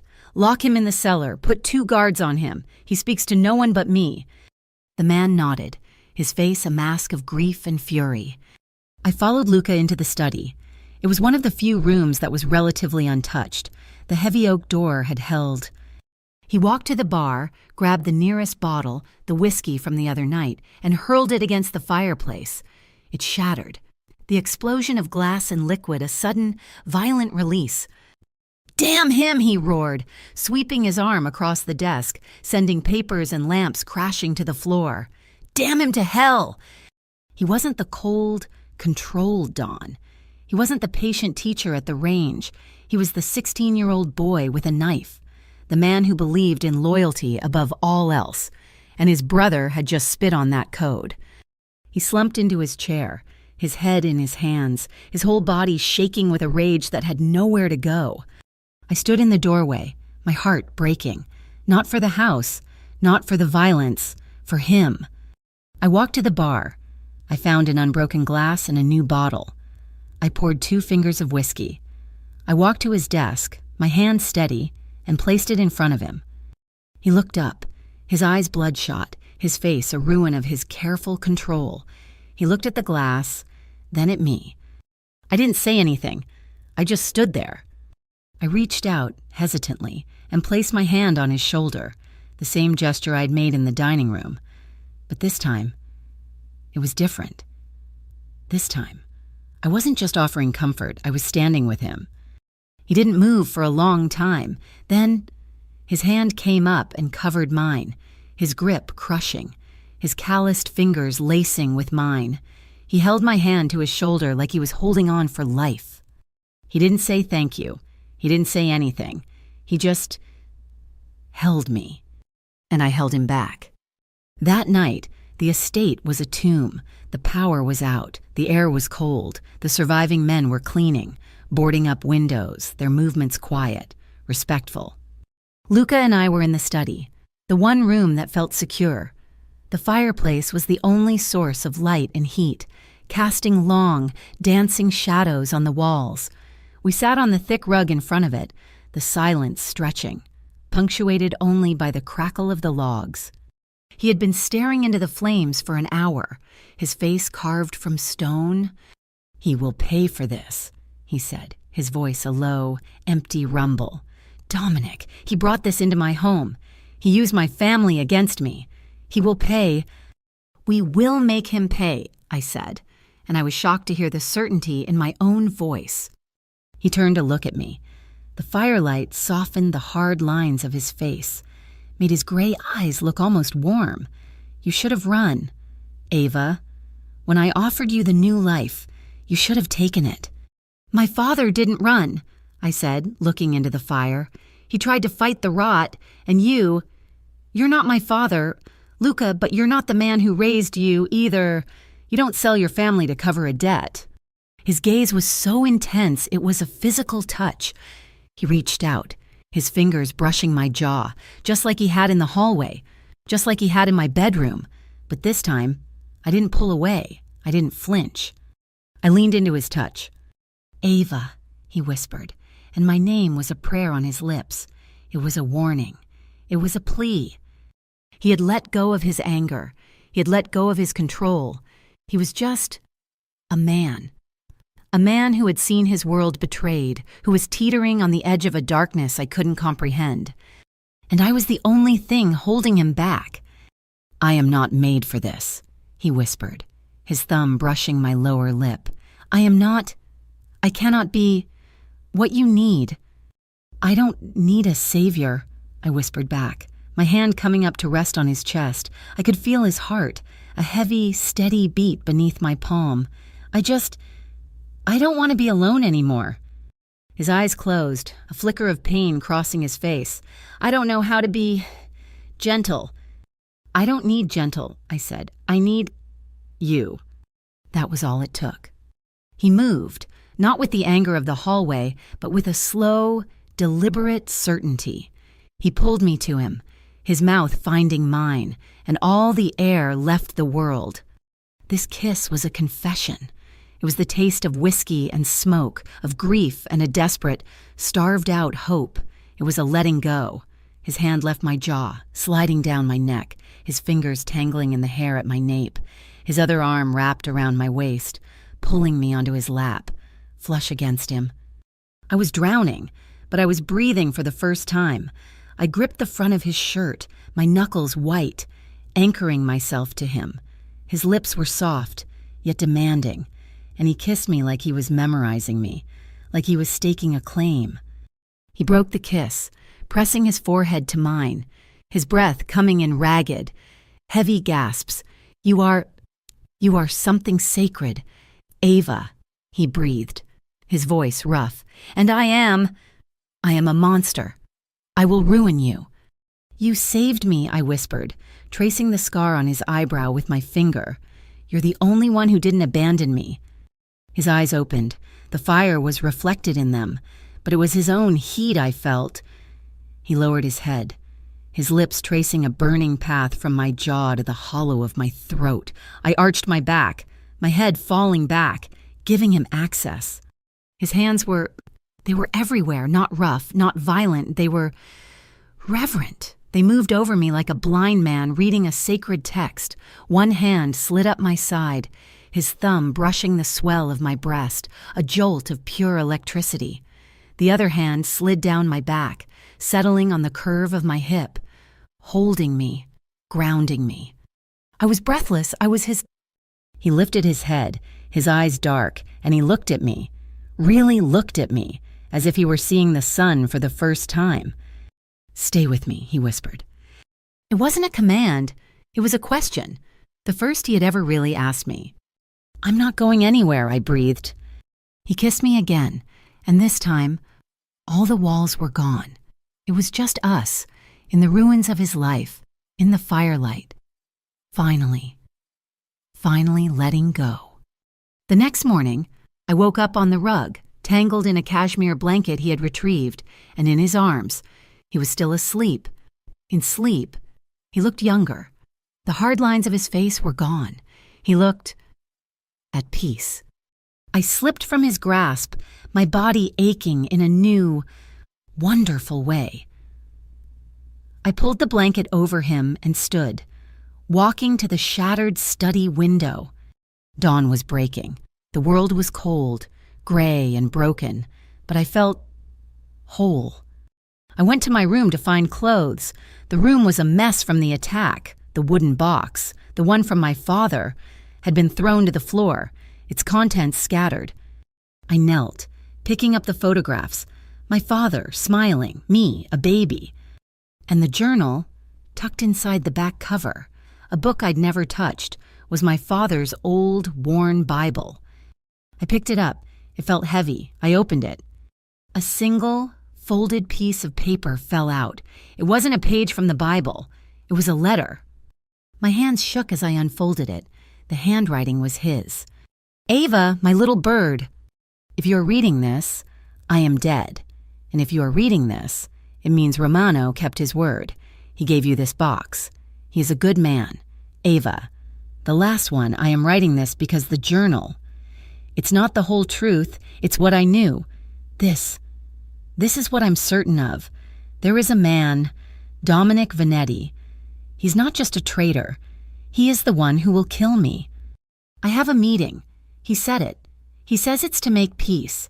He says it's to plan the final move against the old Don. But I know. I've seen his eyes. He is the rot. He is the one who ordered the hit on Luca. And now he is cleaning up his mess. And I am the last piece. Do not let this consume you. Do not let my life be the end of yours. But I want you to know the truth. I am not dying in an accident. I am not dying for a cause. I am being executed by Dominic Vanetti because I chose to save a good man and because I know his name. I love you. Ava, be brave, live, forget me. I sank to the floor, the letter clutched in my hand. He hadn't just named him in the journal. He had written his own death warrant. He knew he was going to die. I walked back to the study. Luca was awake. He was standing at the window, dressed, his face hard again. The war was back. He's at the club, Luca said, not turning. Vanetti. He's at the Serpent's Kiss. He thinks I'm broken. He thinks I'm done. He's celebrating. I walked up behind him. I want to go with you. He turned, a flat, cold no on his lips. Read this, I said, handing him the letter. He read it. His face, already hard, turned to granite. He read it again. I want revenge, Luca, I said, my voice shaking. He executed my father. He knew he was going to die, and he walked right into it. I want to see the man who did that. I want justice, Luca corrected, his voice lethal. Revenge is messy, justice is precise, and you are not going. You need to get in, I said, the plan forming, cold and clear. You can't walk in the front door. He's celebrating. It's a party. They'll be searching everyone, but a hostess, a new poker girl. She can walk right in. He stared at me. Absolutely not. You taught me to survive, I said, meeting his gaze. You taught me to shoot. You showed me what loyalty is. Let me show you what my father taught me. Let me be the one who finishes this. He will not be looking for me. He's looking for you. I can be your eyes. I can get you the intel you need. I can be your justice. We went to war that night. Bianca, the blonde associate, was brought in. She was not happy, but one look at Luca's face and her flirty demeanor vanished. She was all business. She bleached my hair, a streaky, cheap blonde. She put me in a dress that was little more than black bandages, heels that were weapons. The Serpent's Kiss is high stakes, Bianca said, her hands rough as she applied smoky eyeshadow. Hostesses are invisible until they're not. You smile, you pour drinks, you remember the faces. You never talk. You're furniture. Got it? Got it, I said, my reflection a hard, painted stranger. We arrived in a nondescript van, parking blocks away. Luca was in the back, a shadow in tactical gear, watching a bank of monitors. Enzo, released from his cell for this one mission, was driving, his face pale, his sister's life hanging in the balance. You have 5 minutes to get in, Luca said, his voice a rasp in my ear from the hidden earpiece. Bianca has your ID. It's clean. The floor manager is expecting a new girl. Go. He grabbed my hand. His grip was tight. He looked at me, at the fake hair, the cheap dress. You look nothing like yourself, but... Ava. You see him. You get the intel. You get out. You do not engage. You do not talk to him. You are a ghost. Understood? I'm a ghost, I agreed. I walked into the Serpent's Kiss. The air was thick with cigar smoke, expensive perfume, and the low, buzzing hum of men with too much money and no morals. It was a dark, plush, red velvet hell. The floor manager, a slick man with a pockmarked face, barely looked at my ID. You're late. Get to the back room. High stakes. And don't spill anything. I walked into the high-stakes room, and there he was. My father's journal had called him a butcher. Luca had called him the rot. He was beautiful. He was sitting at the head of the poker table, laughing. He was my age, maybe a few years older, with sandy blonde hair, a movie star smile, and eyes the color of a clear blue sky. He wore a pristine white suit, and he looked like a god. He was charming. He was electric. "And I told him," he was saying, his voice smooth and educated, "if you can't cover the spread, don't play the game. Simple." The table laughed with him. He was a sadist. He was a killer. He had executed my father. I walked to the bar, my legs shaking, and picked up a tray of drinks. "Ava!" Luca's voice crackled in my ear. "Status!" "I'm in," I whispered, my lips barely moving. "I see him. He's at the main table." "Good. Look for his second. A man named Sal. Big, ugly, scar on his chin. He'll be holding the book. He'll have the security info. We need to know how many men he has. We need to know where they're holding Enzo's sister." I scanned the room. I poured drinks. I smiled. I was furniture. I saw him, Sal. He was standing by a back door, talking to a guard, a ledger in his hand. Dominic looked up as I passed, his blue eyes locked on mine. I froze. He smiled. It was slow, predatory. He beckoned me over with one finger. "No," Luca's voice was sharp in my ear. "Ava, walk away." I couldn't. The floor manager was watching. If I walked away, I was burned. I walked to the table. I walked to my father's killer. "Well, hello," Dominic purred, his eyes raking over me. "I haven't seen you before. What's your name?" "Sweetness." "Chrissy," I said, the name Bianca had given me. "Chrissy." He tasted the name. "You're nervous." "Chrissy, I can see your hand shaking." He reached out, his hand closing over mine as I held the tray. His skin was warm. "It's okay, I don't bite. Unless you want me to." His thumb stroked the inside of my wrist. "Luca," I whispered, my lips barely moving, my smile frozen. "He's talking to me." The silence in my ear was absolute. He was listening. He was restraining himself.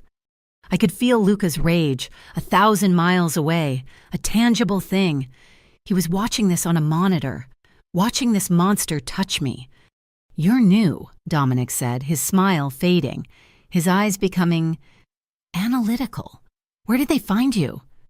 "Just looking for a job," I said. "I bet." His eyes narrowed. He looked at my face, at the cheap blonde hair. "You have familiar eyes." My blood turned to ice. "She's made..." Luca's voice was ice. "Get out, now. Create a distraction." I did the only thing I could. I tripped.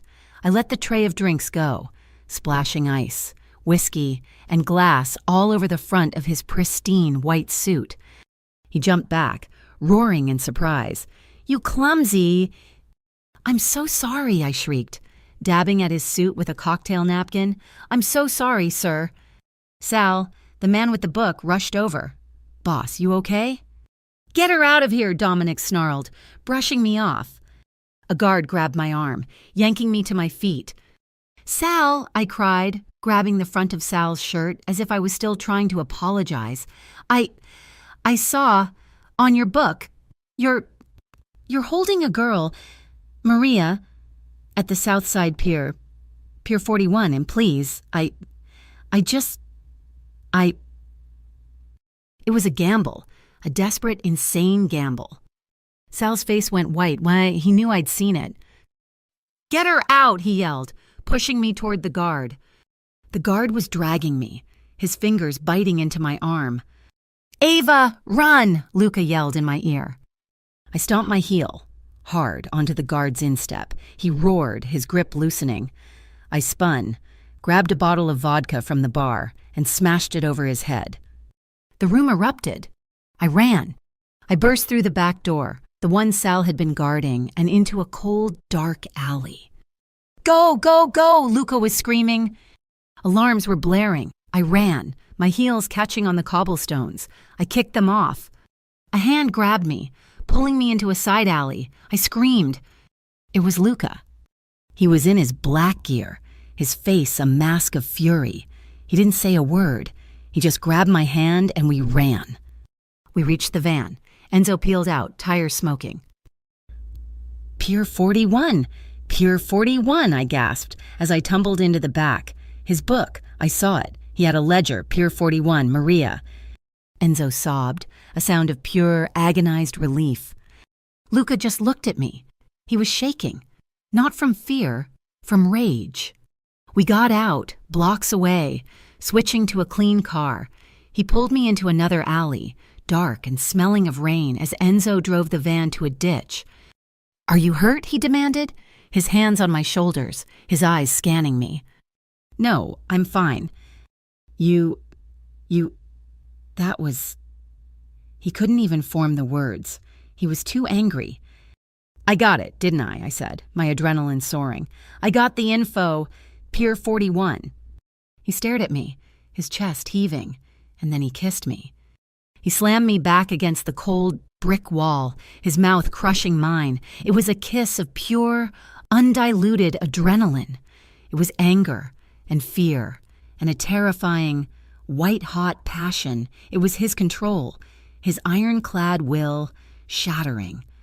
He kissed me like he was angry, angry that he cared, angry that I had put myself in danger, angry that he couldn't have stopped himself from coming after me. I kissed him back just as hard, my hands fisted in his tactical vest. The cold brick scraped my back. The city sirens wailed, and I didn't care. He tore his mouth from mine, pressing his forehead against mine, his breath visible, a cloud of white in the cold air. "Don't you ever," he rasped, "do that to me again. Ever." He pulled me with him, back to the car. We piled in. As we drove, he was silent. He just stared out the window, his jaw working. Finally, he spoke, his voice low, a promise, a vow, to me, to himself, to the ghosts in the car. "No one else will die for me. Not again." We drove for 6 hours. We left the blood and smoke of Chicago behind, the van from the alley ditched, our new car, a black anonymous sedan Luca had stashed in a city garage, eating up the miles. We crossed the border into Wisconsin as the sun was setting, staining the sky a bruised purple and orange. Luca did not speak. His promise from the alley, "No one else will die for me, not again," was a living, breathing thing in the car, a vow so heavy I could barely breathe around it. He had made one call on a burner phone, a short, guttural conversation in Italian. The only words I understood were Pier 41 and Enzo, Pier 41, Maria. When he hung up, his jaw was granite. "Enzo and a team are at the pier," he said, his voice flat. "They will get his sister. Our job is to disappear. Vanetti thinks he has me cornered. He thinks I'm running around the city, wounded. He's wrong. I'm cutting off the head, but first, I am putting you somewhere he can never find you." He took me to a cabin. It wasn't a mansion. It wasn't a fortress. It was a small, timber frame house tucked deep in a forest of pine trees, at the end of a long, unpaved road. It was so isolated, so off-grid, that the silence was a physical weight. "Where are we?" I whispered. As we got out, the air was cold, smelling of pine needles and damp earth. "Nowhere," he said, pulling 2 heavy bags from the trunk. "A place I bought years ago, under a name that isn't mine. No one knows it exists. Not Enzo, not my men, no one, just him, and now, me." The cabin was one large room, with a fieldstone fireplace, a small kitchen, and a loft overhead. It was rugged, masculine, but clean. There was food in the pantry. There were guns in a locked cabinet. There was one bed in the loft. The first night, the tension was a wire stretched to its breaking point. The one bed. We both stared at the ladder to the loft. "I'll take the couch," he said, his voice rough, as if the admission pained him. "It's too small for you," I said, looking at the worn-out sofa. You'll break it." He looked at me, and I saw a flicker of the man from the study, the man from the alley, Ava. "We're adults," I said, my cheeks burning. We're fugitives. It's just a bed. We can sleep. Just sleep." He didn't argue, and he just nodded, a single sharp dip of his chin. We lived. It was a strange, suspended existence. We were fugitives, but it was the first time in my life I had ever felt domestic. Our days fell into a rhythm. In the morning, He would be gone, running the perimeter of the vast woods, checking for traps, for any sign of intrusion. I would make coffee, the strong, black kind he drank, and wait. When he returned, we trained.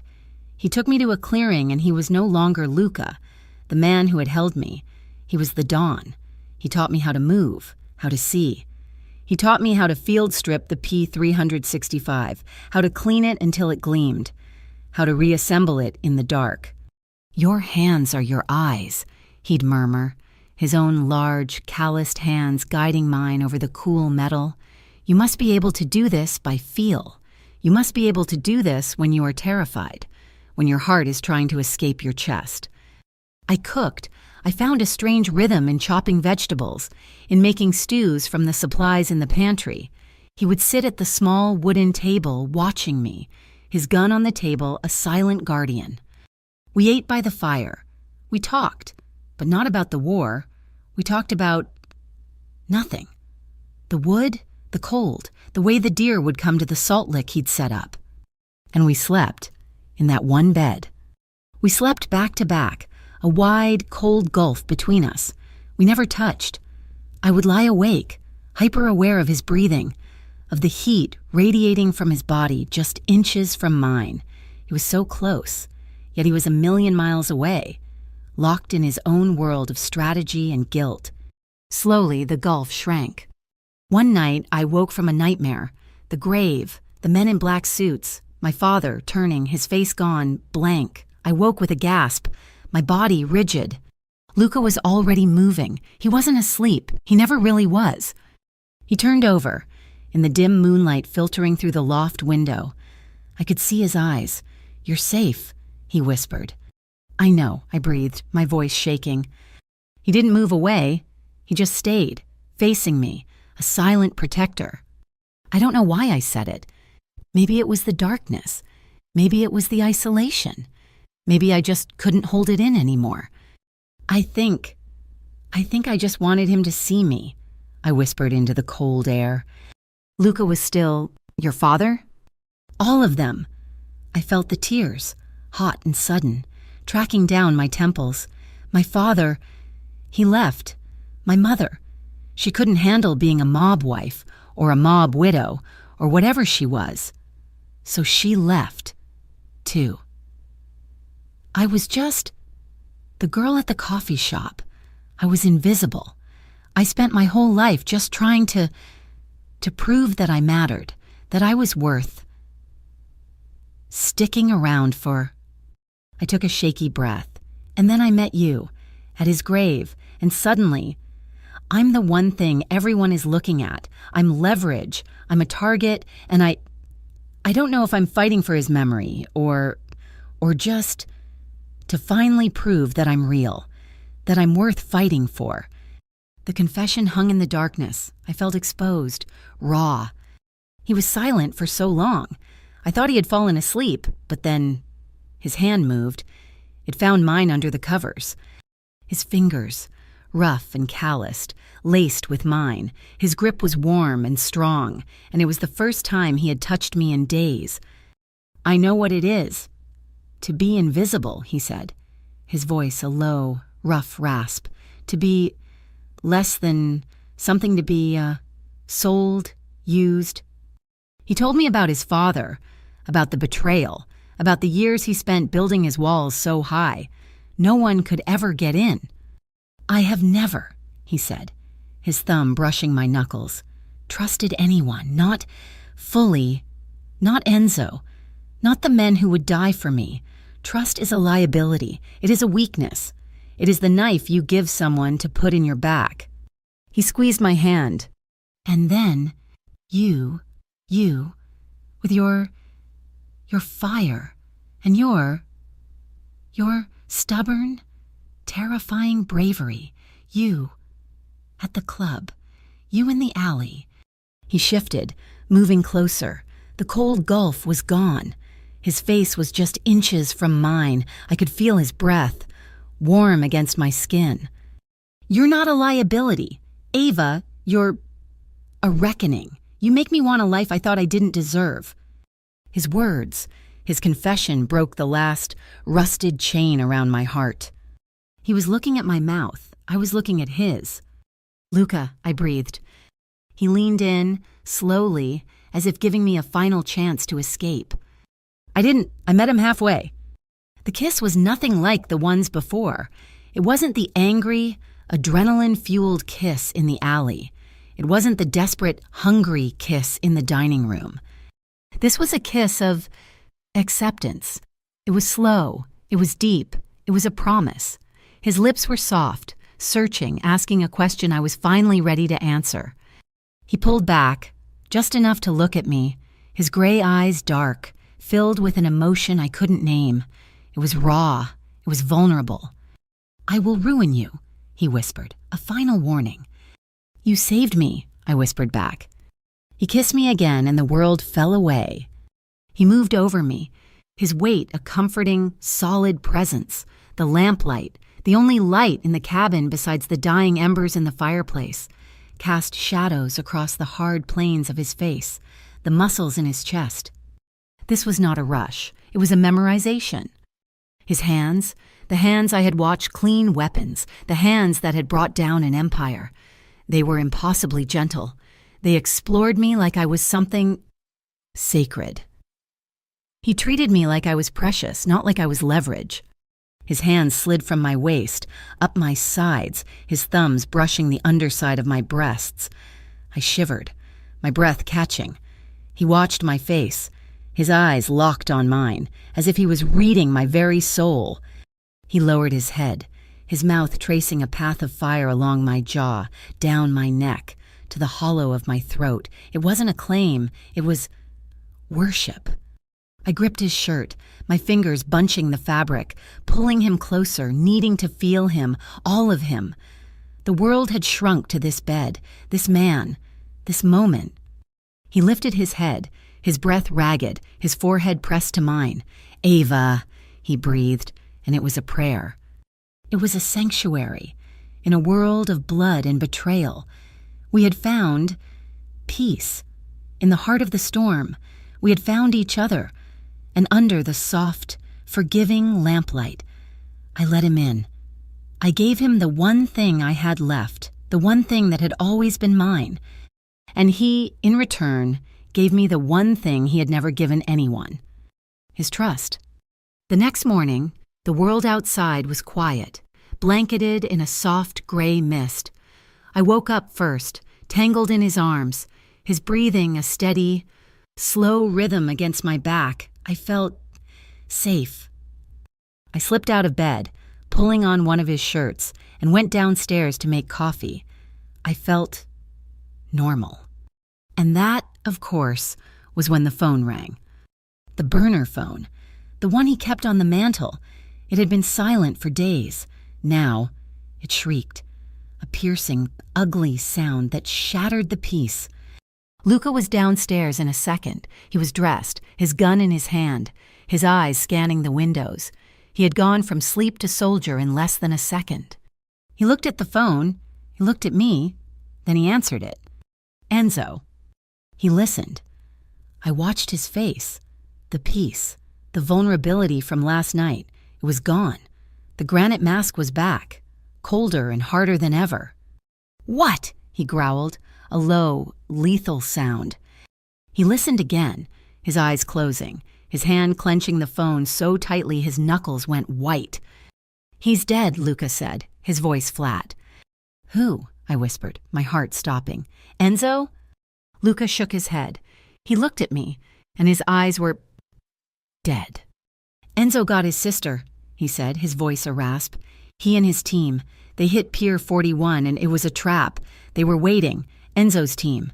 They're gone. All of them. Enzo and Maria. They're the only ones who made it out." "Oh my God," I breathed, slumping against the counter. "But that," Luca continued, his voice dropping to a whisper, "is not the message." He held the phone out. Enzo had sent him a picture. I looked, and I screamed. It was a picture of my father's grave. The headstone was shattered, spray painted in red. The grass was dug up. It was desecrated. And on the ruined stone, a note was nailed. What does it say? I asked, my voice shaking. Come alone, Luca read, his voice a venomous hiss, or she dies. She? I said. He still has Maria? No, Luca said. He sent a second picture. It's not Maria, it's Bianca. Bianca, the blonde, the associate. He's luring you, I said, my mind racing. He knows you'll come for one of your own. He knows I'm coming to kill him, Luca corrected. He was already checking his weapons, his movements fast, precise. He was going now. Wait, I said, I'm coming with you. No, he said. It was not a discussion. It was a command. You are staying here. You are the one thing I have to protect. You will lock this door, and you will not open it for anyone but me. He desecrated my father's grave. Luca, I yelled, the rage coming, hot and fast, replacing the fear. He spat on him. He's using my family, my name, to get to you. This is my fight, too. This is my war, he roared. Turning on me, the man from the loft was gone. This was the dawn. This is a trap. He wants me. He wants me angry. He wants me sloppy. He does not get you. You are not a warrior, Ava. You are a civilian. You are what I am fighting for. I am not, I shrieked, slamming my hand on the counter. I am not the girl you get to lock in a cabin. I am not leverage. I am not a prize. I am a participant. You taught me to shoot. You taught me to fight. Do not tell me to hide while you fight my battle. It is not your battle. He executed my father. The words hung in the air, heavy and final. He looked at me, his face a mask of agony. He wanted to give in. I could see it. And that, more than anything, was why he couldn't. You will stay here, he said, his voice quiet, lethal. That is an order. He walked to the door, and he didn't look back. He just opened it, stepped out into the gray mist, and was gone. I stood there for a long time, my entire body shaking with rage and a cold, terrible certainty. He was walking into a trap, and he was alone. I waited until I was sure he was gone. I waited until I couldn't hear the car. Then I went to the gun cabinet. He had taught me how to pick the lock. He had called it a lesson in vulnerabilities. I took my gun. I took 3 extra magazines. I took the keys to the old truck I'd found in the shed. He was blind. He thought Dominic was just a butcher. But I had read my father's journal. I knew. Dominic wasn't just a butcher. He was a snake, and he was smart. I drove faster than I had ever driven. I knew where to go. Oak Crest Cemetery, the place where it all began. It was where it was going to end. When I got there, dusk was falling. The cemetery was cast in a cold, blue light. It was silent, too silent. I left the truck at the gate. I moved through the tombstones just as he had taught me, shadow to shadow, my gun in my hand, my heart a hammer against my ribs. I got to the grassy slope, and I saw him, Dominic Vanetti. He was standing over my father's ruined grave in a pristine white suit, just as I'd seen him at the club. He was alone. No, not alone. He was too smart. Ava Moretti, he said, his voice smooth, casual. He turned, that same beautiful, movie star smile. I was wondering when you'd come home. Where is he? I spat, my gun raised, my hands shaking. Luca? Oh, he's coming. He's just being detained. A little traffic problem I arranged. He looked at my gun. Tisk, tisk. Is that how you greet your host? After I went to all this trouble? You monster, I choked out. Monster? He laughed, a light, airy sound. I'm a businessman. Your father, he was a sentimental rat. He didn't understand the new market. He wanted to talk about code, about honor. He reached into his pocket. He was a fool, a sentimental fool. He pulled something out. It glinted in the dying light. A ring, a simple gold signet ring. My father's ring. He died clutching this, Dominic said, his voice dropping to a confidential purr. He was messy. He begged for you, I think. He kept He kept whispering your name, my little bird. It was pathetic. My vision went red. I pulled the trigger. Click. The gun... click. I looked at it, stupid, confused. Dominic laughed. Oh, sweetness, did you really think he'd leave you with a loaded weapon? Luca took the firing pins, all of them. He taught you to shoot, but he didn't trust you. He stepped toward me. He's a monster. Ava, a hypocrite. He wants to keep you in a cage. I want to set you free. He was in front of me now. He took the useless gun from my hand. He didn't trust you, he whispered, but I trust you. I'm going to tell you a secret. He leaned in, his breath warm, smelling of mint. I killed him, he whispered. Your father. I did it myself. I don't let others handle my personal affairs. He looked me right in the eye and he wouldn't break. So I broke him. A single hot tear of pure hatred rolled down my cheek. Get away from her, Dominic! Luca's voice. He was standing at the edge of the slope. He was not detained. He was here. He was dressed in black, tactical gear, weapons drawn. He was a shadow. He was death. Dominic smiled, his hand clamping on my arm. He pulled me against his white suit. Ah, Luca, always the hero, but you're predictable. He pressed a small knife, a stiletto, to my throat. I hadn't even seen him draw it. You came alone, Dominic mocked, just like I asked, but I didn't. A red dot, a single laser red dot, appeared on my forehead. A sniper. You move, she dies. Dominic purred. Your men move. She dies. It's just you and me. Luca, the old way, the new way. Let's see who wins. Luca didn't move, and he just watched. His face was calm. You're right, Dominic, it is just you and me. He took the firing pins, I choked out, trying to warn him. I know, Luca said. His eyes flickered to me. I put them in my pocket. You did well, Ava. You came. You were the bait, and he took it. What? Dominic's smile wavered. What? He wasn't luring me with Bianca, Luca said, his voice cold.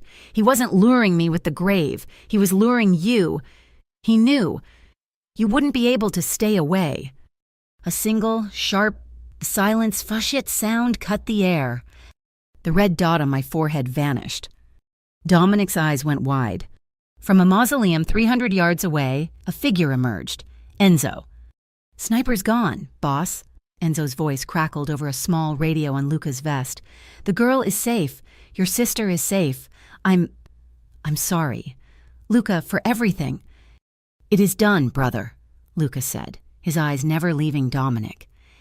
Dominic shoved me, hard, and lunged at Luca. It wasn't a fight. It was a brawl. It was raw. It was brutal. It was all the hate, all the years, all the blood.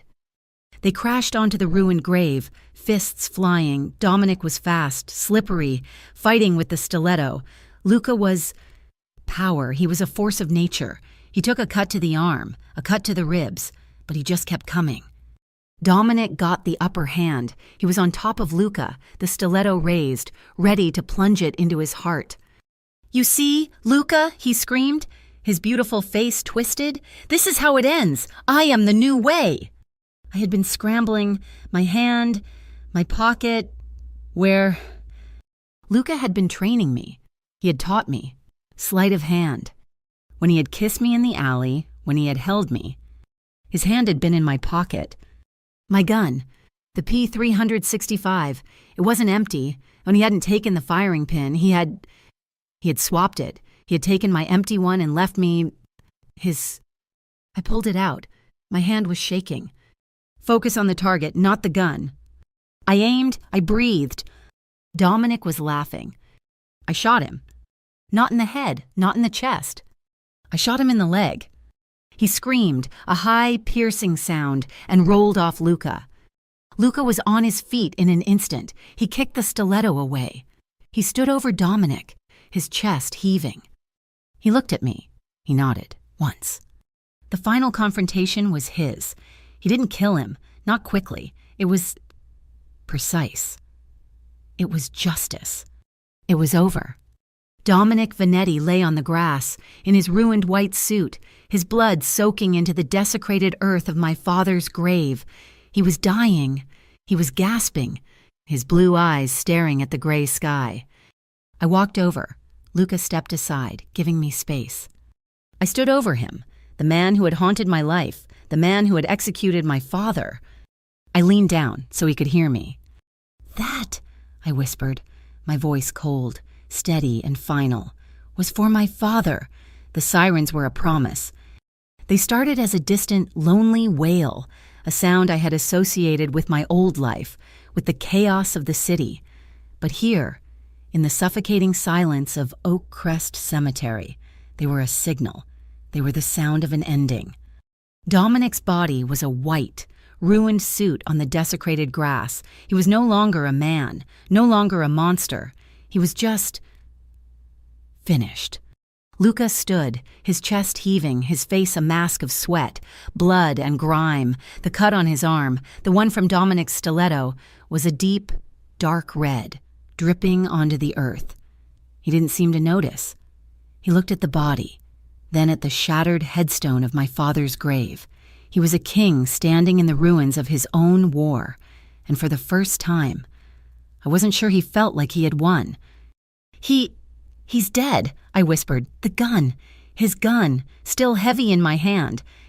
It is done, Luca said, his voice a low, hollow rasp. He walked to me, his movements stiff. He didn't look at my face. He looked at the gun. Gently, his uninjured hand, the one not stained with his own blood, closed over mine. He guided my finger from the trigger and carefully, tenderly, took the weapon from my grasp. He tucked it into the back of his waistband. The sirens were closer now. Not just one, but many. Red and blue lights flashed through the trees at the cemetery gates. "Luca, we have to go," I said, my adrenaline-soaked brain finally catching up. They're coming." "I know," he said. He didn't move. He didn't run. He just stood there, his back to the approaching lights. What did you do?" I asked, my voice shaking. You called them?" "I made a call before I left the cabin," he said, his voice flat. "An anonymous tip, a rival gang war, shots fired in Oak Crest." You tipped them off? To your own? To this?" I was confused. This wasn't the code. This wasn't the way it was done. "I told you, Ava," he said, finally turning to look at me. His gray eyes were ancient, filled with an exhaustion that went deeper than the fight. No more cover-ups, no more shadows. This rot. It ends here, in the light. The first police car crunched onto the gravel path, then another. Doors slammed, shouts echoed. "Luca Romano, put your hands in the air." Luca turned, slowly, to face them. He raised his hands, his bloody arm glistening in the flashing lights. "Stay behind me, Ava," he murmured, his voice a low command. "Do not speak. Do not say a word. I will handle this." "What?" "Do as I say. This is my story, not yours." Flashlight beams cut through the dusk, pinning us like insects. They saw the body. They saw the guns. They saw him. "On your knees, now!" Luca, the man who commanded a city, the man who had brought down an empire, the man I had just shared a bed with. He went to his knees. He did it slowly, without argument, his gaze never leaving the ranking officer. It was not an act of surrender. It was an act of compliance. It was the most defiant thing I had ever seen. They swarmed him. They kicked his legs, shoved his face into the grass, cuffed his hands behind his back. I screamed, but he had told me not to speak. "Ma'am, are you okay?" A female officer was at my side, her hand on my arm, pulling me away from him. "Are you hurt? Did he do this to you?" I just stared, mute. They hauled him to his feet. He was a king in chains. As they marched him past, he stopped. his eyes finding mine. The world was screaming, lights were flashing, but for 1 second there was only him. He wasn't scared. He wasn't angry. He was calm. He had seen this move. He had planned for it. And he nodded, a tiny, almost imperceptible nod. Trust me. Then he was gone, shoved into the back of a squad car. Enzo found me. I don't know how, but as the police were trying to get a statement, as I was sitting, wrapped in a scratchy blanket in the back of an ambulance, he appeared. He was clean, his face grim. "She's in shock," he told the officers, flashing a card I couldn't see. "I'm family. I'm taking her home. Our lawyers will be in touch." They let me go. Just like that, the name Romano, it turned out, was still a key. Enzo drove me back to the ruined estate. It was different. The bodies were gone. The blood was cleaned. The windows were boarded up with fresh plywood. It was a tomb, but it was a clean tomb. "Maria?" I whispered, as we walked into the dark foyer. "She's safe," Enzo said, his voice thick. "She's at a safe house. With Bianca, they're okay." He wouldn't look at me. "Enzo," I said, stopping him, "your team." His face crumpled. He was not the smiling, confident man I had met. He was a soldier who had lost his entire squad. They died for my mistake, for my sister. They were good men, the best. "I'm so sorry." "He knew," Enzo whispered, his voice full of a terrible, broken awe. "Luca knew it was a trap. He sent me, but he gave me a tactical team, not just a hit squad. He gave me a chance. He knew I had to be the one to save her, to redeem myself." "He is a traitor," I found myself saying, echoing my own words from before. "Yes," Enzo agreed, a tear rolling down his cheek. "He is. He betrayed the code. He trusted me when I shouldn't have been trusted." He finally looked at me, his eyes clear. "He's not like the others, Ava. He is what your father believed he was." The next few days were the longest of my life. I was a ghost in a house of ghosts. The few remaining men, the ones who had survived, were silent. They were waiting. The organization was headless. The city was holding its breath. I sat in the study, his study. I sat in his chair. I slept in his bed. I wore his shirt. I was surrounded by him. But the house was empty. His lawyers came, stiff men in suits that cost more than my old apartment. They spoke to me with a distant, cold respect. "Mr. Romano's case is complex. The evidence is confusing. The witnesses are unreliable. Dominic Vanetti," it turned underscore out, "had a list of enemies as long as the Chicago River. The police had a dozen theories: a drug deal gone bad, an internal power struggle, a random act of violence. The one thing they didn't have was evidence. The gun I had used? It was gone. My fingerprints wiped, the snipers, the security footage. It had all malfunctioned. Luca had not been planning a cover-up. He had been planning a controlled demolition. He had left them a body. He had left them a suspect, but he had left them. No story. No rot to follow." On the 4th day, Enzo came to me. "He's out," he said. I was at the precinct before the car had even cooled. I stood on the steps. In the cold, midday sun, I was not the numb barista from 10 years ago. I was not the terrified girl from the fire. I was a woman waiting for her man. The doors opened. He walked out. He was in a cheap suit the lawyers had given him. His face was bruised. He was unshaven. He looked human. He stopped when he saw me. He hadn't expected me to be there. He had expected to be alone. The world stopped. The press, a few stray photographers, snapped pictures. The city traffic was a dull roar. He just looked at me. His gray eyes, the ones I had seen full of rage and passion and pain, were now just full. He walked toward me, and he didn't run. He didn't smile. He just walked. He walked like a man who had been underwater for a month and was taking his first breath. He stopped in front of me. He raised a hand, his fingers tracing the scar on his own eyebrow, as if he was remembering. Then, his hand shaking, came up and brushed the hair from my cheek. The same gesture he had used in my bedroom. "You're still here," he whispered, his voice rough. "I'm still here," I said, my voice breaking. He didn't kiss me. He didn't hug me. He just put his hand on the small of my back, a simple, possessive, public gesture. "Let's go home," he said. The weeks that followed were a new kind of war, a quiet one. Luca's organization. He dismantled it. I sat in the study with him, night after night. I brought him coffee, and I rubbed his shoulders. And I watched him tear down the world his father figure had helped build, the world that his own father had sold him into. He was a CEO managing a hostile liquidation.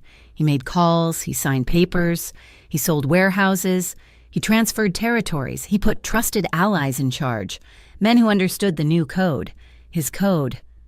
"The rot is gone," he told me one night, staring into the fireplace. "But the sickness is the life itself. You can't be in this and be clean. Your father knew it. He tried to get out." "And now you're trying to get out," I whispered. "No," he said, turning to look at me. He pulled me onto his lap. "I'm not trying. I am. This isn't for me. This was for survival. This was for debt. The debt is paid." He was handing over the reins. He was retiring. He was doing the one thing my father couldn't. A month after his release, I knew I had to go. One last time.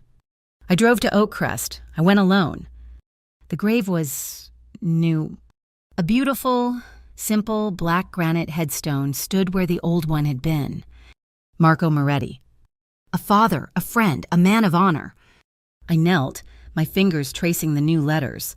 The earth was fresh. The grass was new sod. I felt them before I saw them. I stood, turning. 10 men in black suits. They were standing in a semicircle, 20 feet away. My heart didn't pound. I wasn't scared. They were not encircling the grave. They were not guarding it. They were standing, their heads bowed. One by one, they stepped forward, and one by one, they placed a single white rose at the foot of the grave. They were not his men. They were Luca's men, what was left of them. They were honoring him, my father, the man who had started it all, the man who had saved their boss.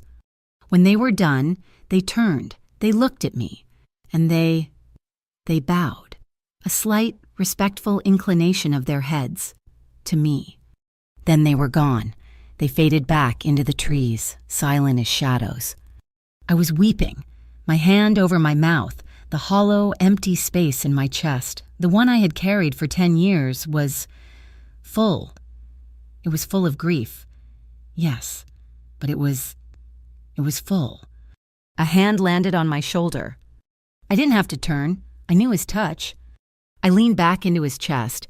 He wrapped his arms around me, holding me as I cried for the father I had finally found. We stood there for a long time in the silence. "It's beautiful," I whispered.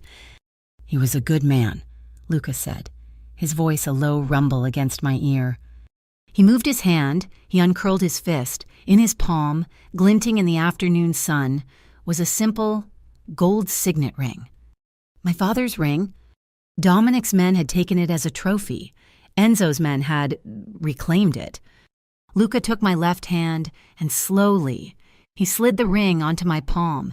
He closed my fingers over it. "He's home. Ava," he said. He held his hand out. I took it. We walked out of the cemetery, our fingers laced. The October sun was low in the sky, casting our shadows long behind us.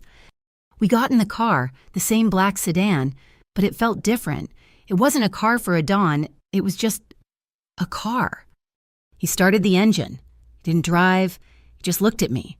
His gray eyes, so full of warmth, so full of life. "You ready for the next life?" he asked. I looked at our joined hands. I looked at his face, the man who was a monster, who was a savior, who was a boy sold for a debt, who was mine. I brought his hand to my lips and kissed his rough knuckles. As long as you're in it, I replied. That was 6 months ago. The estate is still here.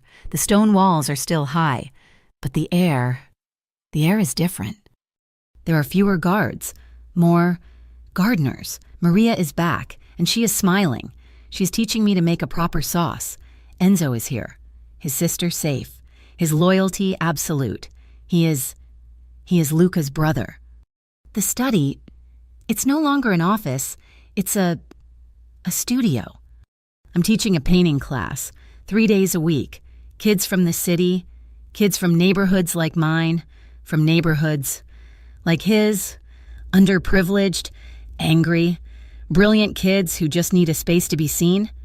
Today, we're painting with our hands. It's a mess. There is red and blue paint on the marble floors, on the silk wallpaper. I am laughing. My hair is matted with yellow. I look up. He's on the porch, and he's not in a suit. He's in jeans and a simple gray t-shirt that stretches across his chest. He's leaning against a pillar, his arms crossed.